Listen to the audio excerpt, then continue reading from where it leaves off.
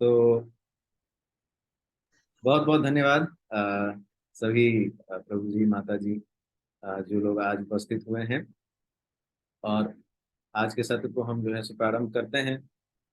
कल काफी लोग नहीं जुड़ पाए थे। स्वाभाविक है, कल धनतेरस की का जो था वो पावन दिन था, तो कई लोग जो हैं सो अपने अलग अलग कार्यों में जो है सो व्यस्त रहे होंगे। तो थोड़ा सा मैं कल के भी सत्र को थोड़ा संक्षिप्त रूप में आप लोगों को थोड़ा बता दूंगा।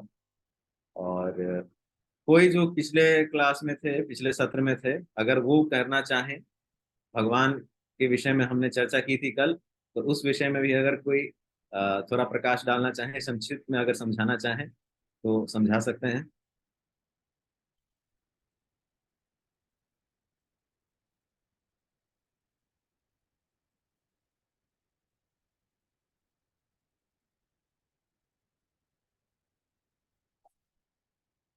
ठीक है, तो मैं समझाता हूँ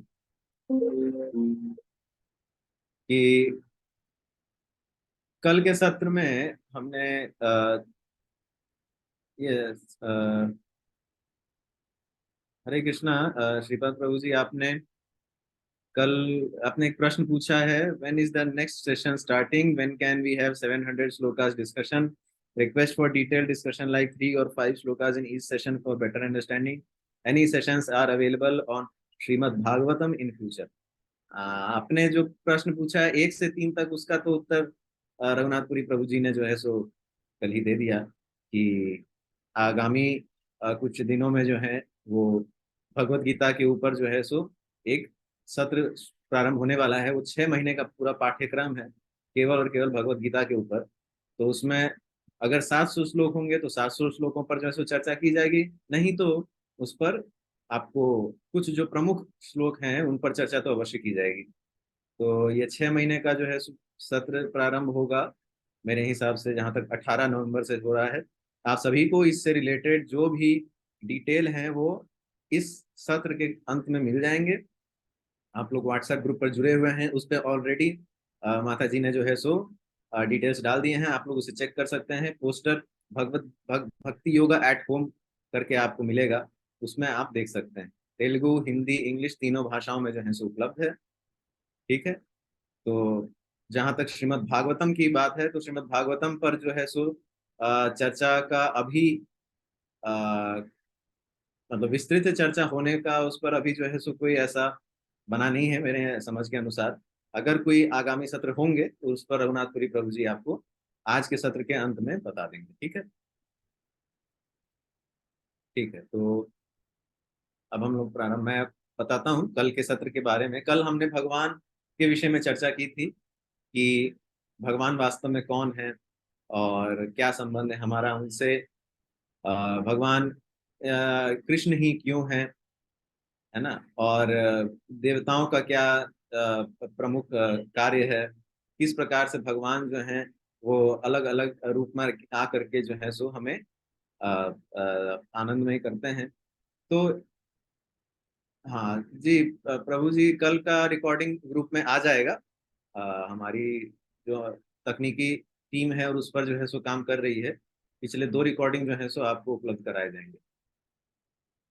तो जो लोग नहीं देख पाए वो लोग रिकॉर्डिंग देख सकते हैं। मैं संक्षिप्त में बता देता हूँ कि कल हमने क्या क्या चर्चा की थी। कि कल हमने जो है सो देखा था कि कैसे भगवान किस रूप में प्रकट होते हैं, उनका नाम क्या है, तो कृष्ण नाम है तो क्यों नाम है वो भी देखा था। क्यों? क्योंकि वो सर्व आकर्षक हैं, सभी को आकर्षित करते हैं।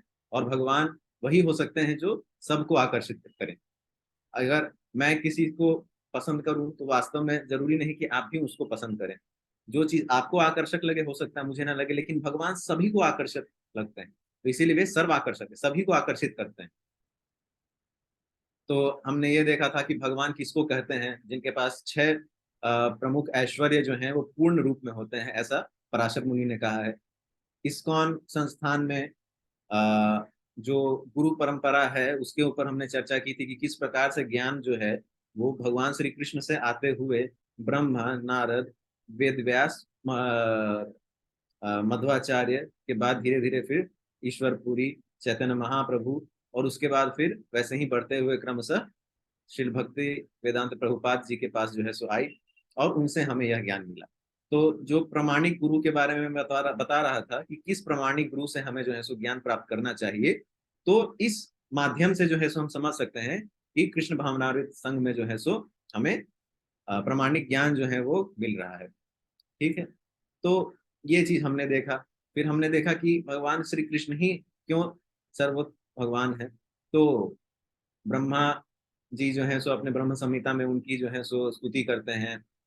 शिव जी जो है महादेव जो है सो श्रीमद् भागवतम में उनके बारे में बताते हैं कि मैं सदैव जो है सो उनके स्मरण में रहता हूँ, और वासुदेव की जो है सो नाम का जप करता हूँ, और जो भी उनकी सेवा करता है, उनकी उपासना करता है, वो वास्तव में मुझे सबसे प्रिय है।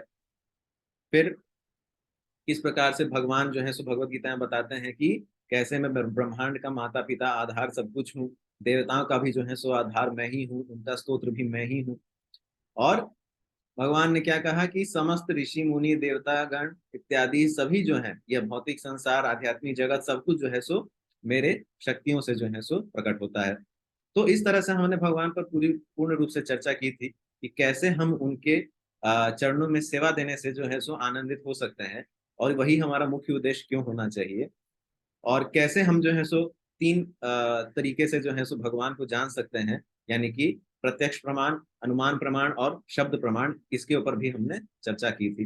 तो शब्द प्रमाण जो है वो वास्तविक रूप में सबसे जो है सो प्रामाणिक बोला गया है भगवान के ज्ञान को प्राप्त करने के लिए, शास्त्र ज्ञान को प्राप्त करने के लिए। और जो प्रत्यक्ष प्रमाण होता है उसमें क्या दिक्कत है कि हमारे इंद्रियां जो है वो अपूर्ण है, इम्परफेक्ट है, तो उससे हम लोग प्रत्यक्ष ज्ञान जो है सो प्राप्त नहीं कर सकते पूर्ण रूप से। और जो अनुमान प्रमाण है उसमें क्या समस्या है कि अपने ज्ञान और जिज्ञासा के आधार पर हम क्या करते हैं, केवल अनुमान लगा सकते हैं, पूर्ण रूप से जो है सो हम नहीं कह सकते कि हाँ ये सत्य है या नहीं है। लेकिन शब्द प्रमाण के माध्यम से जो प्रामाणिक गुरु है उनसे सुन करके हम समझ सकते हैं कि भगवान कौन है, वो कैसे दिखते हैं, कहाँ उनका निवास है इत्यादि। तो ये सब कुछ हमें कहाँ से मिल रहा है, हमें यह ज्ञान श्री प्रभुपाद से मिल रहा है, और श्री प्रभुपाद जी ने यह ज्ञान गुरु परंपरा से प्राप्त किया है, तो इसीलिए हम उसे प्रामाणिक बोल सकते हैं। ठीक है, तो ये हमने जो है सो कल के सत्र में चर्चा की थी। तो मैंने संक्षिप्त में आपको बताया है, डिटेल्ड आप रिकॉर्डिंग जो है सो देख सकते हैं। आज के सत्र में हम चर्चा करेंगे प्रकृति और काल के ऊपर। जो दो अन्य विषय रह गए, अभी तक हमने तीन विषयों पर चर्चा की। क्या क्या विषय थे? हम लोग कर्म पे चर्चा किए, हम लोग जीवात्मा पे चर्चा किए, और हम लोग भगवान पे चर्चा किए। जीवात्मा में हमने दो सेशन लिए, जिसमें कि एक सेशन में हमने जो है एक सत्र में जीव आत्मा के बारे में जाना, और दूसरे सत्र में हमने क्या जाना कि जीवात्मा में मनुष्य जीवन में ही विशेष अधिकार हमारा क्या है। तो ये सब कुछ हमने जो है सो अभी तक देखा है। और आज जो है हम बाकी के अन्य दो विषय जो बच गए हैं उसे हम लोग चर्चा करेंगे, प्रकृति और काल। मैं प्रार्थना करता हूँ श्री प्रभुपाद से और अपने गुरुजनों से कि जिस प्रकार से उन्होंने मुझे यह ज्ञान प्रदान किया है उसे यथा रूप में मैं आपके सामने प्रस्तुत कर सकूं। हरे कृष्ण। तो हमने कल देखा था कि भगवान सर्वशक्तिशाली, जो छह ऐश्वर्य का जो है सो हम लोग चर्चा कल कर रहे थे, उसमें छह ऐश्वर्य में हमने क्या चर्चा की कि भगवान के पास क्या है, सर्वशक्ति है, और उनके पास और क्या है, समस्त धनवान है, उस उनके पास सभी धन है, और उनके पास जो है सो क्या है कि उनके पास जो है सो पूर्ण रूप से जो है सो वो वैराग्यमान है। उनके पास सर्व प्रसिद्धि है, और क्या है, सर्व सौंदर्य है, और सर्व बुद्धि। तो यह छह ऐश्वर्य हैं। इसमें मैंने पहला आपको बताया सर्व शक्तिशाली, तो मतलब उनके पास सभी प्रकार की शक्तियां हैं। अच्छा, इन शक्तियों से उन्होंने अलग अलग लीलाएं की हैं जो हमने देखी हैं, जैसा मैंने कल के चर्चा में आपको बताई थी। तो उन शक्तियों के बारे में आज थोड़ा हम लोग पहले जानते हैं कि भगवान के पास अनेकों शक्तियां हैं। तो उन अनेकों शक्तियों से वो क्या करते हैं, अलग अलग विस्तार करते हैं। और आज हम जो प्रकृति जानने वाले हैं वो भी भगवान की एक शक्ति का ही विस्तार है। तो ये मैंने आपको स्क्रीन शेयर किया है। प्रभुपाद की जय। तो क्रम से चलने पर हमें समझ में आएगा कि भगवान की तीन प्रकार की शक्तियां हैं, और उन शक्तियों से वो क्या विस्तार करते हैं वो भी जानेंगे। हम ये भी देखेंगे कि किस प्रकार से भौतिक शक्ति जो है वो उनकी इस प्राकृतिक जगत का निर्माण करती है। जो आध्यात्मिक शक्ति है वो योग माया है, तटस्थ शक्ति, हम सभी जीवात्मा है। तो इन इन चीजों पर जो है सो पहले हम प्रकाश डालेंगे, और उसके बाद जो है हम देखेंगे कि कैसे जो है सो परिवर्तन हम अपने भीतर ला सकते हैं, और काल के बारे में जानेंगे अंत में। तो 3 प्रकार की शक्तियों के बारे में जो है सो बताया गया है। देखिए, आप इस स्लाइड में देख सकते हैं कि भगवान की ऊर्जा को मुख्यतः इस प्रकार वर्गीकृत किया गया है। तो 3 प्रकार की शक्तियां हैं: बहिरंग शक्ति, अंतरंग शक्ति और तटस्थ शक्ति। तो जो भौतिक शक्ति होती है भगवान की, वो बहिरंग शक्ति कहलाती है। जो आध्यात्मिक शक्ति होती है वो अंतरंग शक्ति कहलाती है, और जो सीमांत शक्ति होती है वो तटस्थ शक्ति कहलाती है। तो इसको थोड़ा अब हम लोग एक एक करके समझते हैं। ठीक है। तो भगवान जो है सो अपनी शक्तियों से जो है सो अलग अलग विस्तार करते हैं, ये हमने समझा, और कैसे करते हैं वो भी अब देखते हैं। तो जो बहिरंग शक्ति है वो किस प्रकार से विस्तार होती है उसको समझते हैं। हम लोग ये भौतिक संसार देखते हैं, हम लोग देखते हैं कि यह पृथ्वी है, भूमि है, आकाश है, सब कुछ जो है सो हम लोग यहाँ देख रहे हैं। तो इस भौतिक संसार की रचना भगवान ने किस प्रकार की होगी, यह हम लोग कभी कभी कल्पना करते हैं। हम लोग देखते हैं कि सूर्य है, चंद्रमा है, अन्य ग्रह हैं, जो नवग्रह हैं। तो हम लोग देखते हैं कि यह सभी जो है सो भगवान के द्वारा रचे गए हैं। तो उनका निर्माण भगवान ने किस प्रकार से किया होगा, तो हम ये जान सकते हैं कि जब उनकी प्रकृति के निर्माण के बारे में हम जानेंगे तो हमें समझ में आएगा कि हाँ, ये प्राकृत जगत जो निर्माण किया गया भगवान के द्वारा, वो किस शक्ति से निर्माण किया गया। तो शास्त्र में इसके बारे में बताया गया है कि जो ये प्राकृत जगत है, ये उनकी बहिरंग शक्ति का एक विस्तार है। तो जो भी भौतिक हम लोग जो है सो चीजें देखते हैं, वो क्या है, उनके बहिरंग शक्ति का जो है सो एक विस्तार है। तो गीता में कहा गया है कि ये जो शक्ति है, ये जो प्रकृति है, इसको अपरा प्रकृति के रूप में कहा गया है। ठीक है। और भगवान के नियंत्रण में सदैव यह प्रकृति जो है सो रहती है। तो ये जो प्रकृति है, ये क्या है, ये निम्न है, सबसे जो निम्न स्तर की जो प्रकृति कही जा सकती है, वो उनके बहिरंग शक्ति से जो है सो विस्तार होती है।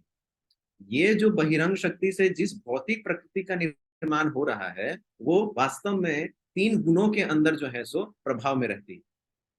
अब ये 3 गुण क्या है, तो कल हमसे एक प्रश्न पूछा गया था कि क्या हम सभी के जो है सो जीवन में जो कर्म होते हैं, वो हम जो कर रहे हैं भगवान हमसे करा रहे हैं या हम खुद से कर रहे हैं। तो जो जीवात्मा इस भौतिक संसार में प्रकट होती है, तो वो 3 गुणों के ही प्रभाव में आकर के कर्म करती है। तो जो बहिरंग शक्ति के बारे में मैं बता रहा हूँ कि जो बहिरंग शक्ति से भौतिक प्रकृति का निर्माण हो रहा है, उस बहिरंग शक्ति के 3 मुख्य कंपोनेंट हम लोग कह सकते हैं, 3 भाग हैं, यानी कि ये 3 गुण। अब इन इन 3 गुणों से ही जो है सो इस भौतिक प्रकृति का निर्माण हुआ है। तो जब तक हम लोग यहाँ रहेंगे, हमारे सारे कर्म जो है सो इन 3 गुणों के प्रभाव में ही रहेंगे। ठीक है। तो सबसे पहला गुण क्या है, तो सतोगुण, यानी कि सात्विक। तो सात्विक गुण जो होता है, सतोगुण जो होता है, उसके बारे में भगवत गीता के 14वें अध्याय में जो है सो बताया गया है। सतोगुण, रजोगुण, तमोगुण, ये तीनों गुणों के बारे में जो है सो 14वें अध्याय में बताया गया है भगवत गीता के। तो 14वें अध्याय के जो 6ठा श्लोक है, उसमें भगवान श्री कृष्ण सतोगुण के बारे में बता रहे हैं। तो क्या कह रहे हैं भगवान कि तत्र सत्वम निर्मलत्व प्रकाशम अनामयम सुख संगेन बधन्नति ज्ञान संगेन चंगनगः। मतलब, हे पाप रहित व्यक्ति, अच्छाई का गुण दूसरों की तुलना में अधिक पवित्र होने के कारण प्रकाशमान है, और यह व्यक्ति को सभी पापों से मुक्त कर देता है। उस अवस्था में स्थित लोग ज्ञान विकसित करते हैं, लेकिन वे खुशी की अवधारणा से बंध जाते हैं। लोग पूछते हैं कि हम लोग सात्विक गुण जो होता है, जिसको अंग्रेजी में मोड ऑफ गुडनेस कहा जाता है, हम लोग अगर उसी में केवल कार्य करते रहें तो क्या हमें मुक्ति प्राप्त नहीं होगी, क्या हम भगवान के धाम वापस नहीं जा पाएंगे, क्या हम इस कर्म बंधन से मुक्त नहीं हो पाएंगे। तो उस प्रश्न का उत्तर भगवान श्री कृष्ण इस श्लोक में कर रहे हैं कि जो लोग सात्विक गुण में काम करते हैं, वो क्या होते हैं कि वे अच्छाई के गुण में काम करते हैं। जैसे कि मैं बताऊं आपको जो लोग ज्ञान अर्जित करते हैं, बहुत बड़े बड़े वैज्ञानिक बनते हैं, बहुत बड़े बड़े सिद्धांतों पर जो है सो चर्चा करने वाले बनते हैं, कई सारे सिद्धांतों और विद्याओं को प्राप्त करते हैं, वे लोग वास्तविक तौर पर सतोगुण में काम करते हैं। अच्छा, बहुत सारे ऐसे कार्य हैं जो हम लोग दिन भर के रूप में जो है सो सतोगुण में करते हैं, जैसे सुबह जल्दी उठना, ब्रह्म मुहूर्त में उठना, भगवान को प्रणाम करना, उनको पुष्प अर्पित करना, उनके लिए दिया जलाना, धूप दीप करना, उनका सेवा करना, ये सब कुछ जो है सो सतोगुण में आता है। और जब हम लोग यह काम पवित्र रूप से करते रहते हैं, तो क्या होता है कि एक समय आएगा जब हम इसके ऊपर जाते हैं। तो इसीलिए भगवान कहते हैं कि सतोगुण से परे जाना है हमें, सतोगुण में नहीं रहना है, क्योंकि सतोगुण में अगर आप बंधे रहेंगे तो क्या होगा कि आप सतोगुण में काम तो कर रहे हैं, अच्छे काम कर रहे हैं, लेकिन क्या हो रहा है कि आपको उन अच्छे कामों को करने से सुख प्राप्ति हो रही है, और आप उस सुख को भोगते हुए क्या कर रहे हैं, फिर से कर्म बंधन में फंसे जा रहे हैं। आप फिर से अगले जन्म में कुछ अच्छी विद्या लेकर के प्रकट होंगे, जन्म लेंगे, और उसके बाद फिर से जो है सो ज्ञान का अर्जन करेंगे, अच्छे कर्म करेंगे, तो फिर जो है सो क्या होगा, आप फिर से जो है सो सतोगुण में एक तरह से बंध जाएंगे, और ये कर्म बंधन जो है सो आपका चलता ही चला जाएगा। क्यों? क्योंकि आप सतोगुण में रह करके अच्छे कार्य करने के बावजूद भी क्या हो रहा है, आप केवल सुख को भोग रहे हैं। ठीक है, तो हम लोग सतोगुण में यही करते हैं। जैसे कोई एक वैज्ञानिक है, बहुत प्रसिद्ध है, बहुत ज्ञानवान है, बहुत विद्वान व्यक्ति है, तो उसके पास सारे सुख सुविधा हो सकता है ना, वो अच्छा धन अर्जित किया है उसने अपने ज्ञान के बलबूते पर, वो अच्छे कर्म करता है, ठीक है, वो दान पुण्य करता है, सब कुछ कर रहा है, हाँ ठीक है, तो मतलब सतोगुण में वो काम कर रहा है।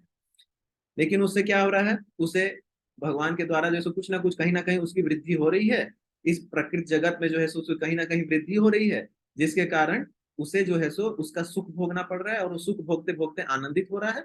वो उसके आगे सोच नहीं रहा है, वो नहीं सोच रहा है कि इस प्राकृतिक जगत से मुझे जो सुख मिल रहा है, उसके परे भी एक और आनंद है, जो पारलौकिक आनंद है, उसका मुझे अनुभव करना है। तो इसीलिए वो फिर से जो है सो क्या करेगा, जब मृत्यु होगी तो पिछले जन्म के पुण्य कर्मों को लेकर के वापस से जो है सो किसी प्रसिद्ध परिवार में, या जो है सो अच्छा बुद्धि ज्ञान लेकर के जो है सो जन्म लेगा, और फिर से उसी सतोगुण में काम करके फिर से उस सुख को भोगेगा, और यही क्रमशः जो है सो आगे चलता चला जाएगा। तो वह व्यक्ति सतोगुण में ही ट्रैप हो जाएगा। इसीलिए भगवान कहते हैं कि सतोगुण में नहीं रहना है अर्जुन, क्या करना है कि तुम सतोगुण में कर्म करो, और धीरे धीरे उस सतोगुण से परे बढ़ो, शुद्ध सत्व में जाओ, यानी कि प्योर गुडनेस में शुद्ध सत्व को प्राप्त करो। और शुद्ध सत्व को प्राप्त करके क्या होगा कि तुम जो है फिर मेरे पास जो है सो आओगे, मेरे शरण में आओगे, तब तुम्हें जो है सो उस पारलौकिक आनंद का अनुभव होगा। तो इसीलिए ये है पहला गुण जिसको हम लोग सतोगुण कहते हैं। जो दूसरा गुण है उसका नाम है रजस्व, यानी रजोगुण। तो इस गुण में क्या है, तो भगवत गीता के 14वें अध्याय का 7वां श्लोक, जस्ट अगला श्लोक है, उसमें भगवान बता रहे हैं, रजो रगत्मकम विद्धि कृष्ण संग समुद्भवम तन निबध्नति कौन्तेय कर्म संगेन देहिनम। क्या अर्थ है इसका? हे कुंती पुत्र, रजोगुण असीमित इच्छाओं और लालसाओं से पैदा होता है, और इसी के कारण व्यक्ति भौतिक कर्म और गतिविधियों में बंधता चला जाता है। तो जो रजोगुण होता है उसको समझिए कि हम लोग कर्म करते हैं और क्या चाहते हैं कि उसके फल को भोगें, तो ये रजोगुण होता है। हम लोग ये सोचेंगे कि हाँ, हम पढ़ाई कर रहे हैं, मेहनत कर रहे हैं, हमें अच्छी नौकरी मिलनी चाहिए, उससे हम धन अर्जित करें, घर खरीदें, गाड़ी खरीदें, हमारा जो है सो बहुत ऐश्वर्य के साथ, यश के साथ जो है सो विवाह हो, हर जगह प्रसिद्धि हो। इसके लिए अगर हम कार्य कर रहे हैं तो वो रजोगुण होता है। रजोगुणी कार्य में हम अपने बेनिफिट के लिए केवल काम कर रहे हैं। ठीक है, हम भगवान के लिए सेल्फलेस सर्विस नहीं कर रहे, मतलब निस्वार्थ सेवा नहीं कर रहे हैं। यहाँ पर हम केवल अपने आप के लिए सेवा कर रहे हैं, अपने लिए हम लोग इस प्राकृतिक जगत को भोगने के लिए जो है सो हम लोग काम करते हैं। तो उसमें जब हम लोग कार्य करते हैं तो उसको रजोगुण कहा जाता है, यानी राजसिक कर्म जिसको बोलते हैं। तो ये राजसिक गुण के प्रभाव में आकर के व्यक्ति जो है सो इस प्रकार के कर्म करता है। जैसे हम लोग स्वाभाविक तौर पे हम लोग देखते हैं, धन अर्जित करना, धन अर्जित करके कुछ अपने लिए आनंद के लिए कुछ चीज को खरीदना, और फिर उसके बाद उसका आनंद लेना, ये चीज जो है हम लोग अगर कर रहे हैं तो हम लोग राजसिक कर्म कर रहे हैं, हम लोग राजस्व के प्रभाव में। तो हमें इससे जो है सो बाहर निकलना है। क्यों? क्योंकि इसमें तो स्वाभाविक आपको दिख रहा होगा कि हम लोग कर्म करके उसके फल को भोग रहे हैं, है ना। तो कर्म कर रहे हैं और फल भोग रहे हैं, कर्म कर रहे हैं फल भोग रहे हैं, तो क्या होगा, हम अपने कर्म का जो घड़ा है उसको भरते जा रहे हैं। तो कर्म करते करते हम भोग रहे हैं, तो कहीं ना कहीं हम पुण्य कर रहे हैं, कहीं ना कहीं हम पाप कर रहे हैं। और इस पुण्य पाप जब हमारे घर घड़े में बढ़ता चला जाता है, तो उसके बाद अगले जन्म में हमें उसका जो है सो परिणाम मिलता है। तो ये है रजस्व, रजोगुण। जो तीसरा गुण है वो क्या है, वो है तमोगुण, यानी कि तामसिक। तो जो ये तामसिक गुण है उसके बारे में हम लोग को भगवान श्री कृष्ण उसी अध्याय 14वें अध्याय के 8वें श्लोक में बता रहे हैं। तमस्त्व अज्ञानंजम विधि मोहनम सर्वदेहिनम प्रमदलस्य निद्राभिस्तन निबध्नति भरत। मतलब हे भरत पुत्र, अज्ञानता का गुण सभी जीवों के भ्रम का कारण बनता है। इस विधा का परिणाम पागलपन, आलस्य और नींद है, जो बद्ध आत्मा को और बाधित करता है। तो देखिए, भगवान श्री कृष्ण यहाँ क्या बता रहे हैं कि जो तमोगुण है ये अज्ञानता का गुण है। हम लोग कई जगह जो हम लोग देखते हैं कि कुछ लोग सतोगुण में कैसे हैं, कि सतोगुण में वो लोग आपको दिखेंगे, वे लोग सुबह जल्दी उठते हैं, स्नान इत्यादि करके, और कहीं दान पुण्य करने के लिए जाते हैं, कहीं मंदिर में किसी भगवान के लिए दर्शन करने जाते हैं, और उसके बाद जो है सो अच्छे कर्म कर रहे हैं, देख करके लगता है, हम लोग कहते हैं कि हाँ वो भला व्यक्ति है, वो काम कर रहा है, अच्छे काम कर रहा है। सामाजिक कार्य भी हो सकता है कि वो व्यक्ति अच्छे से करे। फिर एक दूसरा व्यक्ति हमें दिखता है जो केवल स्वयं के लिए काम करता है, अपने स्वार्थ के लिए कार्य करता है, उसको दूसरे से किसी से कोई मतलब नहीं, वो केवल और केवल अपने स्वार्थ के लिए काम करता है। कि उस व्यक्ति को देखो, उसको जब जो चाहिए होता है वो तब उसको पाता है, और उसके लिए ही केवल मेहनत करता है। अगर उसे जो है सो नया फोन चाहिए तो उसके लिए मेहनत करेगा, धन अर्जित करेगा और नया फोन खरीदेगा। तो ये एक दूसरे कैटेगरी का एक व्यक्ति जो है सो हमें दिखता है। और एक इसी के बाद हमें एक तीसरा कैटेगरी का व्यक्ति देखता है, जो किसी से कोई मतलब नहीं है, उसको कुछ दे दो वो खाएगा, पड़ा रहेगा, उसे किसी प्रकार का कोई कर्म नहीं करना है, चाहे अच्छा हो या बुरा हो, कोई कर्म करने की उसकी इच्छा नहीं है। लेकिन वो भगवान में संलग्न भी नहीं होता है। वो क्या है, वो भ्रमित है। उसको ऐसा लगता है कि इस दुनिया में जो है सब कुछ मोह माया है, कर्म करके क्या होगा, छोड़ो ये सब। तो ये तो अज्ञानपूर्ण बातें करने वाले लोग होते हैं, जो ये बोलते हैं कि हमें कर्म नहीं करने, कर्म करने हैं, लेकिन किस प्रकार से करने हैं, उसे हमें भगवान के चरणों में फलस्वरूप देना है, तब जो है सो हम सही कर्म कर रहे हैं। तो जब जीव आत्मा इस प्रकार की धारणा पाल लेती है कि मुझे जो है सो इस भौतिक संसार में किसी प्रकार के कर्म करने की जरूरत नहीं है, वो पागलपन, आलस्य और निद्रा का कारण बनता है। कुछ लोगों को देखिएगा, वो अत्यधिक सोते हैं, अत्यधिक सोते हैं। अगर वो रात को 10 बजे भी सो रहे हैं तो वो अगले दिन सुबह 11 बजे उठेंगे। अगर वे रात को 9 बजे भी सो रहे हैं तो अगले दिन सुबह जो है सो 9 बजे उठेंगे। उनको कभी भी नींद आती है, वे सदैव जो है सो निद्रावस्था में ही दिखेंगे आपको, हमेशा जो है सो आलस का काम करेंगे। कुछ लोग आलसी होते हैं, सवेरे सवेरे जो है सो स्नान नहीं करते हैं, किसी प्रकार से मंदिर नहीं जाते हैं, कोई आध्यात्मिक कार्य नहीं करते हैं, यहाँ तक कि कोई पुण्य कर्म भी नहीं करते हैं।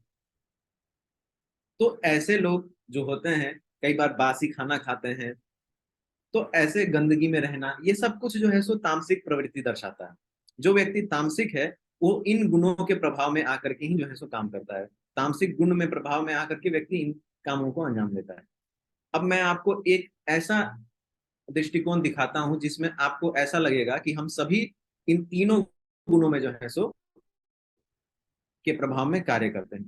तो कल्पना करिए कि आप स्वयं अपने आप को दीजिए, मैं अपना स्वयं का भी एक उदाहरण दूंगा। कि मान लीजिए, चलिए मैं हूँ, मैं सुबह उठा, ब्रह्म मुहूर्त के समय में उठ करके मैंने जो है सो क्या किया, जल्दी जल्दी अपना जप कर लिया, भगवान की थोड़ी सेवा कर ली, स्नान करके सब कुछ करके, अपना नाश्ता करके ऑफिस के लिए चला गया।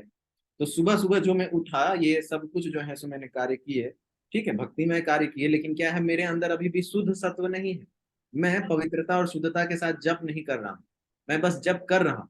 ठीक है, मेरा जो दैनिक जो रूटीन है उसको पालन करने के लिए मैं जप कर रहा हूँ, भगवान की सेवा करके। तो अभी भी शुद्ध सत्व में नहीं हूँ, इसीलिए उसको मैं ये नहीं कर सकता कि वो जो है सो भगवान की जो है सो अनन्य भक्ति कहला रही है। ठीक है, मैं उस मार्ग पे हूँ लेकिन कर रहा हूँ। तो मैं सतोगुण में काम कर रहा हूँ। सतोगुण में कार्य करने के बाद जब मैं अपने कार्यालय जाता हूँ, दफ्तर जाता हूँ, तो वहां मैं क्या करता हूँ, केवल ये सोचता हूँ कि आज मुझे ये कार्य करना है और इससे मुझे ये प्राप्ति होगी। अगर ये पता चल गया कि हाँ, अगर ये काम करने से मुझे जो है सो अच्छा बोनस मिल जाएगा, अच्छा स्कोर मिल जाएगा, जिससे मुझे अधिक जो है सो पैसा मिलने वाला है, तो मैं वो कार्य कर रहा हूँ। तो ये सब क्या है, ये रजोगुणी कार्य है। मैं सुबह से शाम तक इस रजोगुण में जो है सो के प्रभाव में कर्म करता रहता हूँ। और शाम को जब थक हार करके वापस आता हूँ, तो उसके बाद जो है सो मेरे शरीर में केवल और केवल आलस बचती है। मेरे अंदर जो है सो इस बात की बिल्कुल भी शक्ति नहीं है कि मैं अब घर आया हूँ तो स्नान करके उसके बाद जो है सो भागवतम पढ़ूं, भगवत गीता पढ़ूं। अगर ये सब मैं नहीं कर रहा हूँ तो क्या हो कर रहा हूँ, आकर के केवल बैठा हूँ, आया, खाना वाना खाया, भगवान का प्रसाद ग्रहण करते हुए बस निद्रावस्था में चले गए। तो ऐसा नहीं होना चाहिए। ये आखिरी वाला जो पोर्शन है, ये क्या है, ये तमोगुण। क्योंकि जब वापस आए, ठीक है, मानता हूं कि वास्तविकता में व्यक्ति के भीतर में थकान, तनाव सब कुछ हो सकता है, लेकिन उस थकान को दूर करने का ही जो है सो कार्य कौन करता है, हमारे शास्त्र करते हैं। अगर एक बार भी किसी शास्त्र के हम लोग एक पन्ने को उठा करके थोड़ी देर के लिए भी पढ़ें, तो उससे हमारी चेतना जो है सो वापस से जो है सो कृष्ण चेतना की ओर जो है सो चली जाती है। तो हम लोगों को वो कार्य करना चाहिए। कार्य कैसा होना चाहिए कि सुबह उठ करके भी आप जप करें, भगवान की सेवा करें, तो मन से करें, संलग्न होकर के करें, कुछ अच्छी कथा सुने। उसके बाद दफ्तर गए, दफ्तर जाने के वक्त भी अगर कुछ संभव हो तो कहीं जो है सो भगवान के बारे में थोड़ा स्मरण करें या उनको सुने। और दफ्तर में अगर खाली समय मिले तो वहां पर भी थोड़ा सुनने का प्रयास करना चाहिए। जितना ज्यादा श्रवण हो सके, संभव हो सके उतना करना चाहिए। किसी से अगर बातचीत हो रही हो, वार्तालाप में भी भगवान की महिमा कहनी चाहिए। और जब घर वापस आए तो स्नान इत्यादि करके, प्रसाद ग्रहण करके, उसके बाद जो है सो थोड़ा बहुत ही भगवान के किसी भी शास्त्र को जो है सो कुछ देर के लिए भी, कुछ क्षण के लिए भी पढ़ें और श्रवण करके सो जाएं। तो ये होना चाहिए हमारा परम उद्देश्य, जो दैनिक कार्य होना चाहिए। तो हम लोग तब कहेंगे कि हाँ, हम लोग उस मार्ग पे हैं कि हम लोग शुद्ध सत्व को जो है सो प्राप्त कर सकते हैं। अन्यथा नहीं तो क्या होगा, सतो, रजो, तमो, ये तीन गुणों में हम लोग प्रतिदिन जो है सो कार्य करते चलेंगे, और उसके बाद जो है सो हम लोग बंधते रहेंगे। हम लोग को अगर इससे आगे बढ़ना है तो ज्यादा से ज्यादा अपने आप को भगवान की भक्ति में जोड़ना पड़ेगा। जैसे कल हमारे पूज्यपाद रघुनाथपुरी प्रभु जी कह रहे थे कि 16 माला अगर आप नहीं कर रहे हैं तो ठीक है, ऐसा कोई बाधित नहीं किया गया, लेकिन हम लोगों को करना है। ऐसा नहीं बोला जा रहा है कि अभी करो, लेकिन समय के साथ धीरे धीरे बढ़ाते चलिए। 16 बार 116 माला, जो 108 बार हरि नाम का जो है जप होता है, उसे हमें प्रतिदिन करना चाहिए। ये हमारे शास्त्रों में जो है सो कहा गया है। इस कलयुग का युग धर्म कहलाता है। तो इसीलिए हमें उस प्रकार से ही जो है सो क्या करना है, धीरे धीरे शुद्ध सत्व को प्राप्त करना है। तो ये एक वास्तविक भक्त की जो है सो जीवन होती है, ये उसका दैनिक दिनचर्या होना चाहिए। ठीक है। ये हम लोग पढ़े तीन गुणों के बारे में, जो उनकी बहिरंग शक्ति इस प्रकृति जगत का जो निर्माण करती है, उसमें इन तीन गुणों का जो है सो प्रमुख जो है सो जिम्मेवारी है कि हम सभी को जो है सो हमारे कर्मों को जो है सो डायरेक्शन देती है। लेकिन अब हमें क्या करना है, जब हम भगवान का चिंतन करने लगे तो उस बहिरंग शक्ति से बाहर निकलने की चेष्टा करनी। ठीक है। तो अब हम लोग आगे बढ़ते हैं और हम लोग देखते हैं अंतरंग शक्ति के बारे में। तो ये तो हम लोग जान लिए कि ठीक है, भगवान की बहु ऊर्जाएं, बहुत सारी ऊर्जाएं हैं, और उनमें से तीन ऊर्जाएं अंतरंग, बहिरंग और तटस्थ शक्ति है। बहिरंग शक्ति हम लोग देख लिए कि वो प्राकृतिक जगत का निर्माण करती है और तीन गुणों को जो है सो जन्म देती है। यहाँ पर जो अंतरंग शक्ति है, आंतरिक ऊर्जा है उनकी, उस आंतरिक ऊर्जा का क्या अर्थ है वो देखते हैं। तो भगवान के बारे में हम लोग जानते हैं कि इस जगत के परे भी जो है सो एक दूसरा जगत है ना, जो हमारा नित्य धाम है, हमारा नित्य निवास है। हम लोग अभी जो 5 सत्र हम लोग किए, उसमें हमने इस पे जो है सो काफी चर्चा की कि हमारा नित्य धाम जो है सो शाश्वत निवास कहाँ है, उसी शाश्वत धाम में है, भगवान के नित्य धाम में है, गोलोक वृंदावन में। तो वो जो शाश्वत धाम है, वो उसकी रचना भगवान भला किस प्रकार करते हैं। तो उसकी रचना भगवान किस प्रकार करते हैं, उनकी अंतरंग शक्ति के द्वारा। जो उनका आंतरिक शक्ति है, अंतरंग शक्ति है, उसके द्वारा जो है सो वो क्या करते हैं, उस आध्यात्मिक जगत का निर्माण करते हैं। तो जिस शक्ति से भगवान आध्यात्मिक जगत की रचना करते हैं, उसे हम अंतरांग शक्ति कहते हैं। इस अंतरांग शक्ति के तीन भाग हैं। तो इस अंतरांग शक्ति के जो तीन भाग है उन्हें क्या कहते हैं? सन्निधि, संवित और हिलादनी शक्ति। तो जो सन्निधि शक्ति होती है उससे वे आध्यात्मिक जगत का रचना करते हैं। अपनी लीलाएं उन्हें किस प्रकार करनी है, भगवान क्या करते हैं, अलग अलग लीलाएं करते हैं, सुंदर सुंदर मधुर लीलाएं करते हैं। किस प्रकार करते हैं? तो वे अलग अलग रूप में जो है सो प्रकट होते हैं और हमें आनंदित करते हैं। तो भगवान अवतार लेकर के प्रकट हो रहे हैं, वो किस शक्ति के माध्यम से हो रहा है? तो उनकी अंतरांग शक्ति के माध्यम से होता है, सन्निधि शक्ति के माध्यम से होता है। तो सन्निधि शक्ति के माध्यम से वे यहाँ पर प्रकट होते हैं, अपने माता पिता को चुनते हैं, अपने सभी जो साथ के जो पार्षद हैं उनको चुनते हैं, और उसके बाद जो है सो लीलाएं करते हैं। ये लीलाएं उनकी अंतरांग शक्ति, सन्निधि शक्ति की वजह से होती है। जो दूसरा अंतरांग शक्ति है उनकी है संवित। भगवान को जानना हर किसी के बस की बात नहीं है। भगवान भगवत गीता में कहते हैं कि कई कई जन्मों के बाद कोई मुझे जो है सो जानने की चेष्टा कर पाता है। जानता भी है कि नहीं इसका कोई गारंटी नहीं है, जानने की इच्छा दिखाता है, जानने की चेष्टा करता है। तो कई कई जन्म के बाद बहुनाम जन्म नाम मनते ज्ञानवान नाम प्रपद्यन्ते, ऐसा जो है सो भगवान भगवत गीता में कह रहे हैं। तो मतलब कहने का मतलब कि भगवान को जानना भी जो है, उनके बारे में जानना, उनके बारे में चर्चा करना, ये हमारे कई पूर्व जन्मों का जो है सो फल है। बहुत सारे जन्मों के बाद जो है सो हम ये कार्य आज कर रहे हैं। तो ये जो उनकी अंतरांग शक्ति है संवित, वो क्या करती है, हमें भगवान से परिचित होने का एक माध्यम देती है। भगवान अपने आप को किस प्रकार से भक्तों के साथ परिचित कराएंगे, उनके साथ में जो है सो किस प्रकार से जो है सो कनेक्शन बैठाएंगे, कैसे जो है सो उनके साथ में मिल करके लीलाएं करेंगे, वो सब संवित के माध्यम से होता है। संवित के माध्यम से भगवान भक्तों से जुड़ते हैं। ठीक है। और जो तीसरी उनकी अंतरांग शक्ति है वो है हिलादिनी। जिस शक्ति के माध्यम से भगवान क्या करते हैं, अपने भक्तों को प्रेम का अनुभव देते हैं, उसे हम हिलादिनी शक्ति कहते हैं। तो कैसे होता है ये? अंतरांग शक्ति का सबसे पहला शक्ति है सन्निधि, जिसके माध्यम से वो क्या करते हैं, इस जगत में वो अपना लीलाओं को जो है प्रकट करते हैं, आध्यात्मिक जगत की रचना करते हैं। ये सब उनके सन्निधि शक्ति से होती है। उसके बाद जो उनका संवित शक्ति है, उस माध्यम से वो क्या करते हैं, अपने भक्तों से अपने आप को जोड़ लेते हैं। और जब एक बार अपने आप को भक्तों से जोड़ लिए, तब उसके बाद हिलादिनी शक्ति के माध्यम से वो प्रेम प्रदान करते हैं।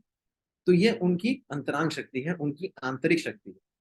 भगवान की जो अंतरांग शक्ति है उसका केवल एक चौथाई भाग जो है सो इस भौतिक संसार में जो है सो प्रकट होता है।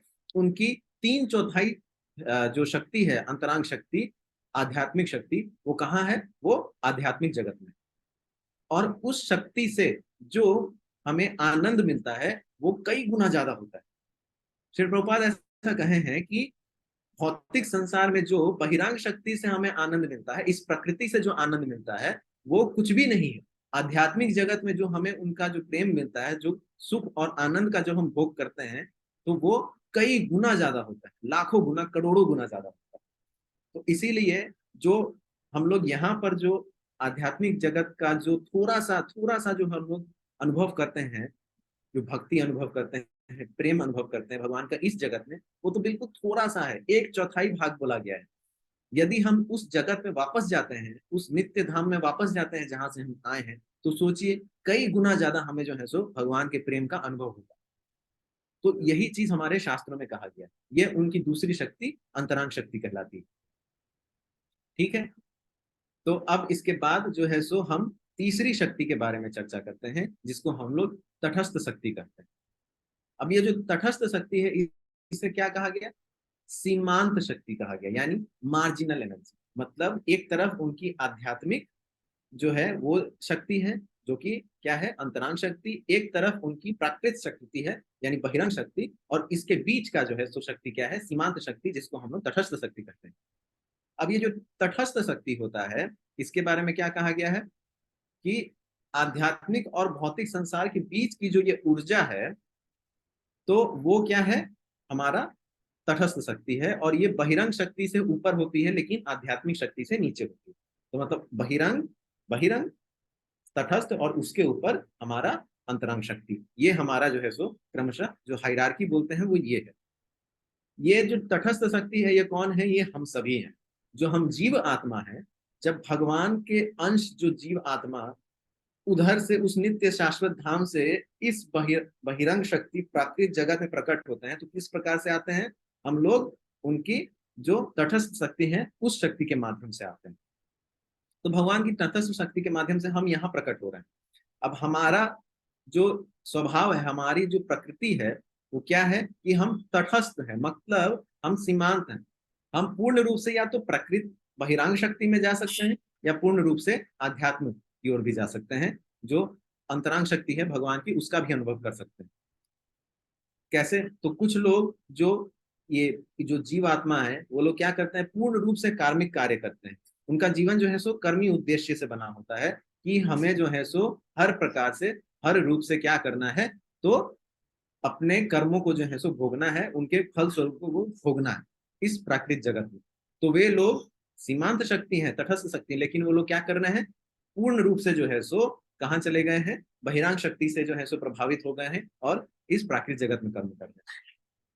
वहीं पर कुछ लोग अपने जीवन का परम उद्देश्य समझने के बाद क्या करते हैं कि भगवान की अंतरांग शक्ति जो है उसकी ओर मुख मोड़ते हैं और उस आध्यात्मिक शक्ति को प्राप्त करते हुए भगवान की भक्ति करते हैं। उनकी चेष्टा होती है कि उस आध्यात्मिक शक्ति का दर्शन करें, जिससे उपजती हुई जो प्रेम है उसका अनुभव करें। तो ये चीज जो है सो हमारी कुछ जीवात्माओं की चेष्टा होती है। तो इसीलिए हम लोग क्या है, मार्जिनल, तटस्थ है। ठीक है। तो इसमें एक भगवत गीता का श्लोक है, 7वें अध्याय का 5वां श्लोक। क्या है कि अप्रमेयम इतस्त्व अन्या प्रकृतिम विद्धि में पराम जीव भूताम महाबाहु यदम धैर्यते जगत। मतलब हे अर्जुन, इनके अलावा हे महाबाहु अर्जुन, मेरी एक और श्रेष्ठ ऊर्जा है जिसमें जीवित संस्थाएं शामिल है, जो इस भौतिक अवर प्रकृति के संसाधनों का शोषण कर रही है। तो भगवान क्या बोल रहे हैं, क्लियरली यहाँ बोल रहे हैं, जो है सो सीधा सीधा बोल रहे हैं। क्या बोल रहे हैं कि हे अर्जुन, मेरी एक और श्रेष्ठ ऊर्जा है, जो क्या है, जिसमें यह जीवात्माएं जो है सो समाती हैं, और वो क्या करती हैं कि इस प्राकृतिक जगत के संसाधनों का शोषण करती है। हम उसका उपयोग नहीं कर रहे, शोषण कर रहे हैं। तो यही हमारा जो है सो परम उद्देश्य होना चाहिए कि इस जीवित अवस्था में हम लोग इस जो प्राकृतिक जगत की संसाधनों का शोषण कर रहे हैं वो ना करके भगवान को उसको समर्पित करें और भगवान से जो है सो आनंदित हो। तो ये हमारा जो है सो परम उद्देश्य होना चाहिए। तो यही चीज हमारा जो 3 भगवान की शक्तियां हैं, उन 3 शक्तियों के बारे में मैंने आपको बताया। अब हम लोग आगे बढ़ते हैं, थोड़ा और डिटेल में एक एक चीजों को थोड़ा देखेंगे कि प्रकृति भौतिक शक्ति होती है, ये हमने देखा। अच्छा, इस भौतिक संसार में सृष्टि कार्य हेतु कुछ नियामक है, बहुत सारे नियम कानून है, उसका हमें पालन करना ही पड़ता है। कैसे? तो क्या नियामक है? अच्छा, जो व्यक्ति इस भौतिक संसार में जन्म ले रहा है, उस व्यक्ति को क्या हो रहा है, इस भौतिक संसार में जन्म लेने के बाद वह बूढ़ा होगा, उसे अलग अलग जो है सो क्या होंगी, बीमारियां होंगी, और उसके बाद मृत्यु होना तय है। तो मतलब ये इस प्राकृतिक जगत का एक नियम है, जो व्यक्ति जन्म लिया उसे इन सभी चीजों को भोगना पड़ेगा। लेकिन जो अप्राकृतिक जगत है, यानी कि जो भगवान का आध्यात्मिक जगत है, उनका शाश्वत धाम है, वहां पर ये चीजें नहीं होती। तो इसीलिए हमें वहां जाने की चेष्टा करनी चाहिए। अच्छा, भगवान के संरक्षण का काम करती है। ओहो, तो ये प्राकृतिक जगत जो है, ये भौतिक शक्ति जो है, ये भगवान के संरक्षण का कार्य कैसे कर रही है? भगवान से विमुख होकर के जब जीवात्मा यहाँ आते हैं, तो भगवान ये नहीं बोलते कि तुम जो है सो मैं तुम्हें मार्ग दिखाता हूँ, तुम मेरे पास आओ। भगवान बोलते हैं क्या कि तुम अपने अनुसार जो है, अपने कर्म करते हुए इस प्राकृतिक जगत में तुम ये ढूंढो कि मैं कहाँ से आया हूँ, और तब मैं तुम्हें जो है सो भक्ति का एक छोटा सा टुकड़ा दूंगा, जिसे प्राप्त करके तुम और भक्ति करोगे। तो कहीं ना कहीं जीवात्माओं के अंदर भगवान परमात्मा स्वरूप में जो है सो स्थित है हृदय में, ये हमने देखा है।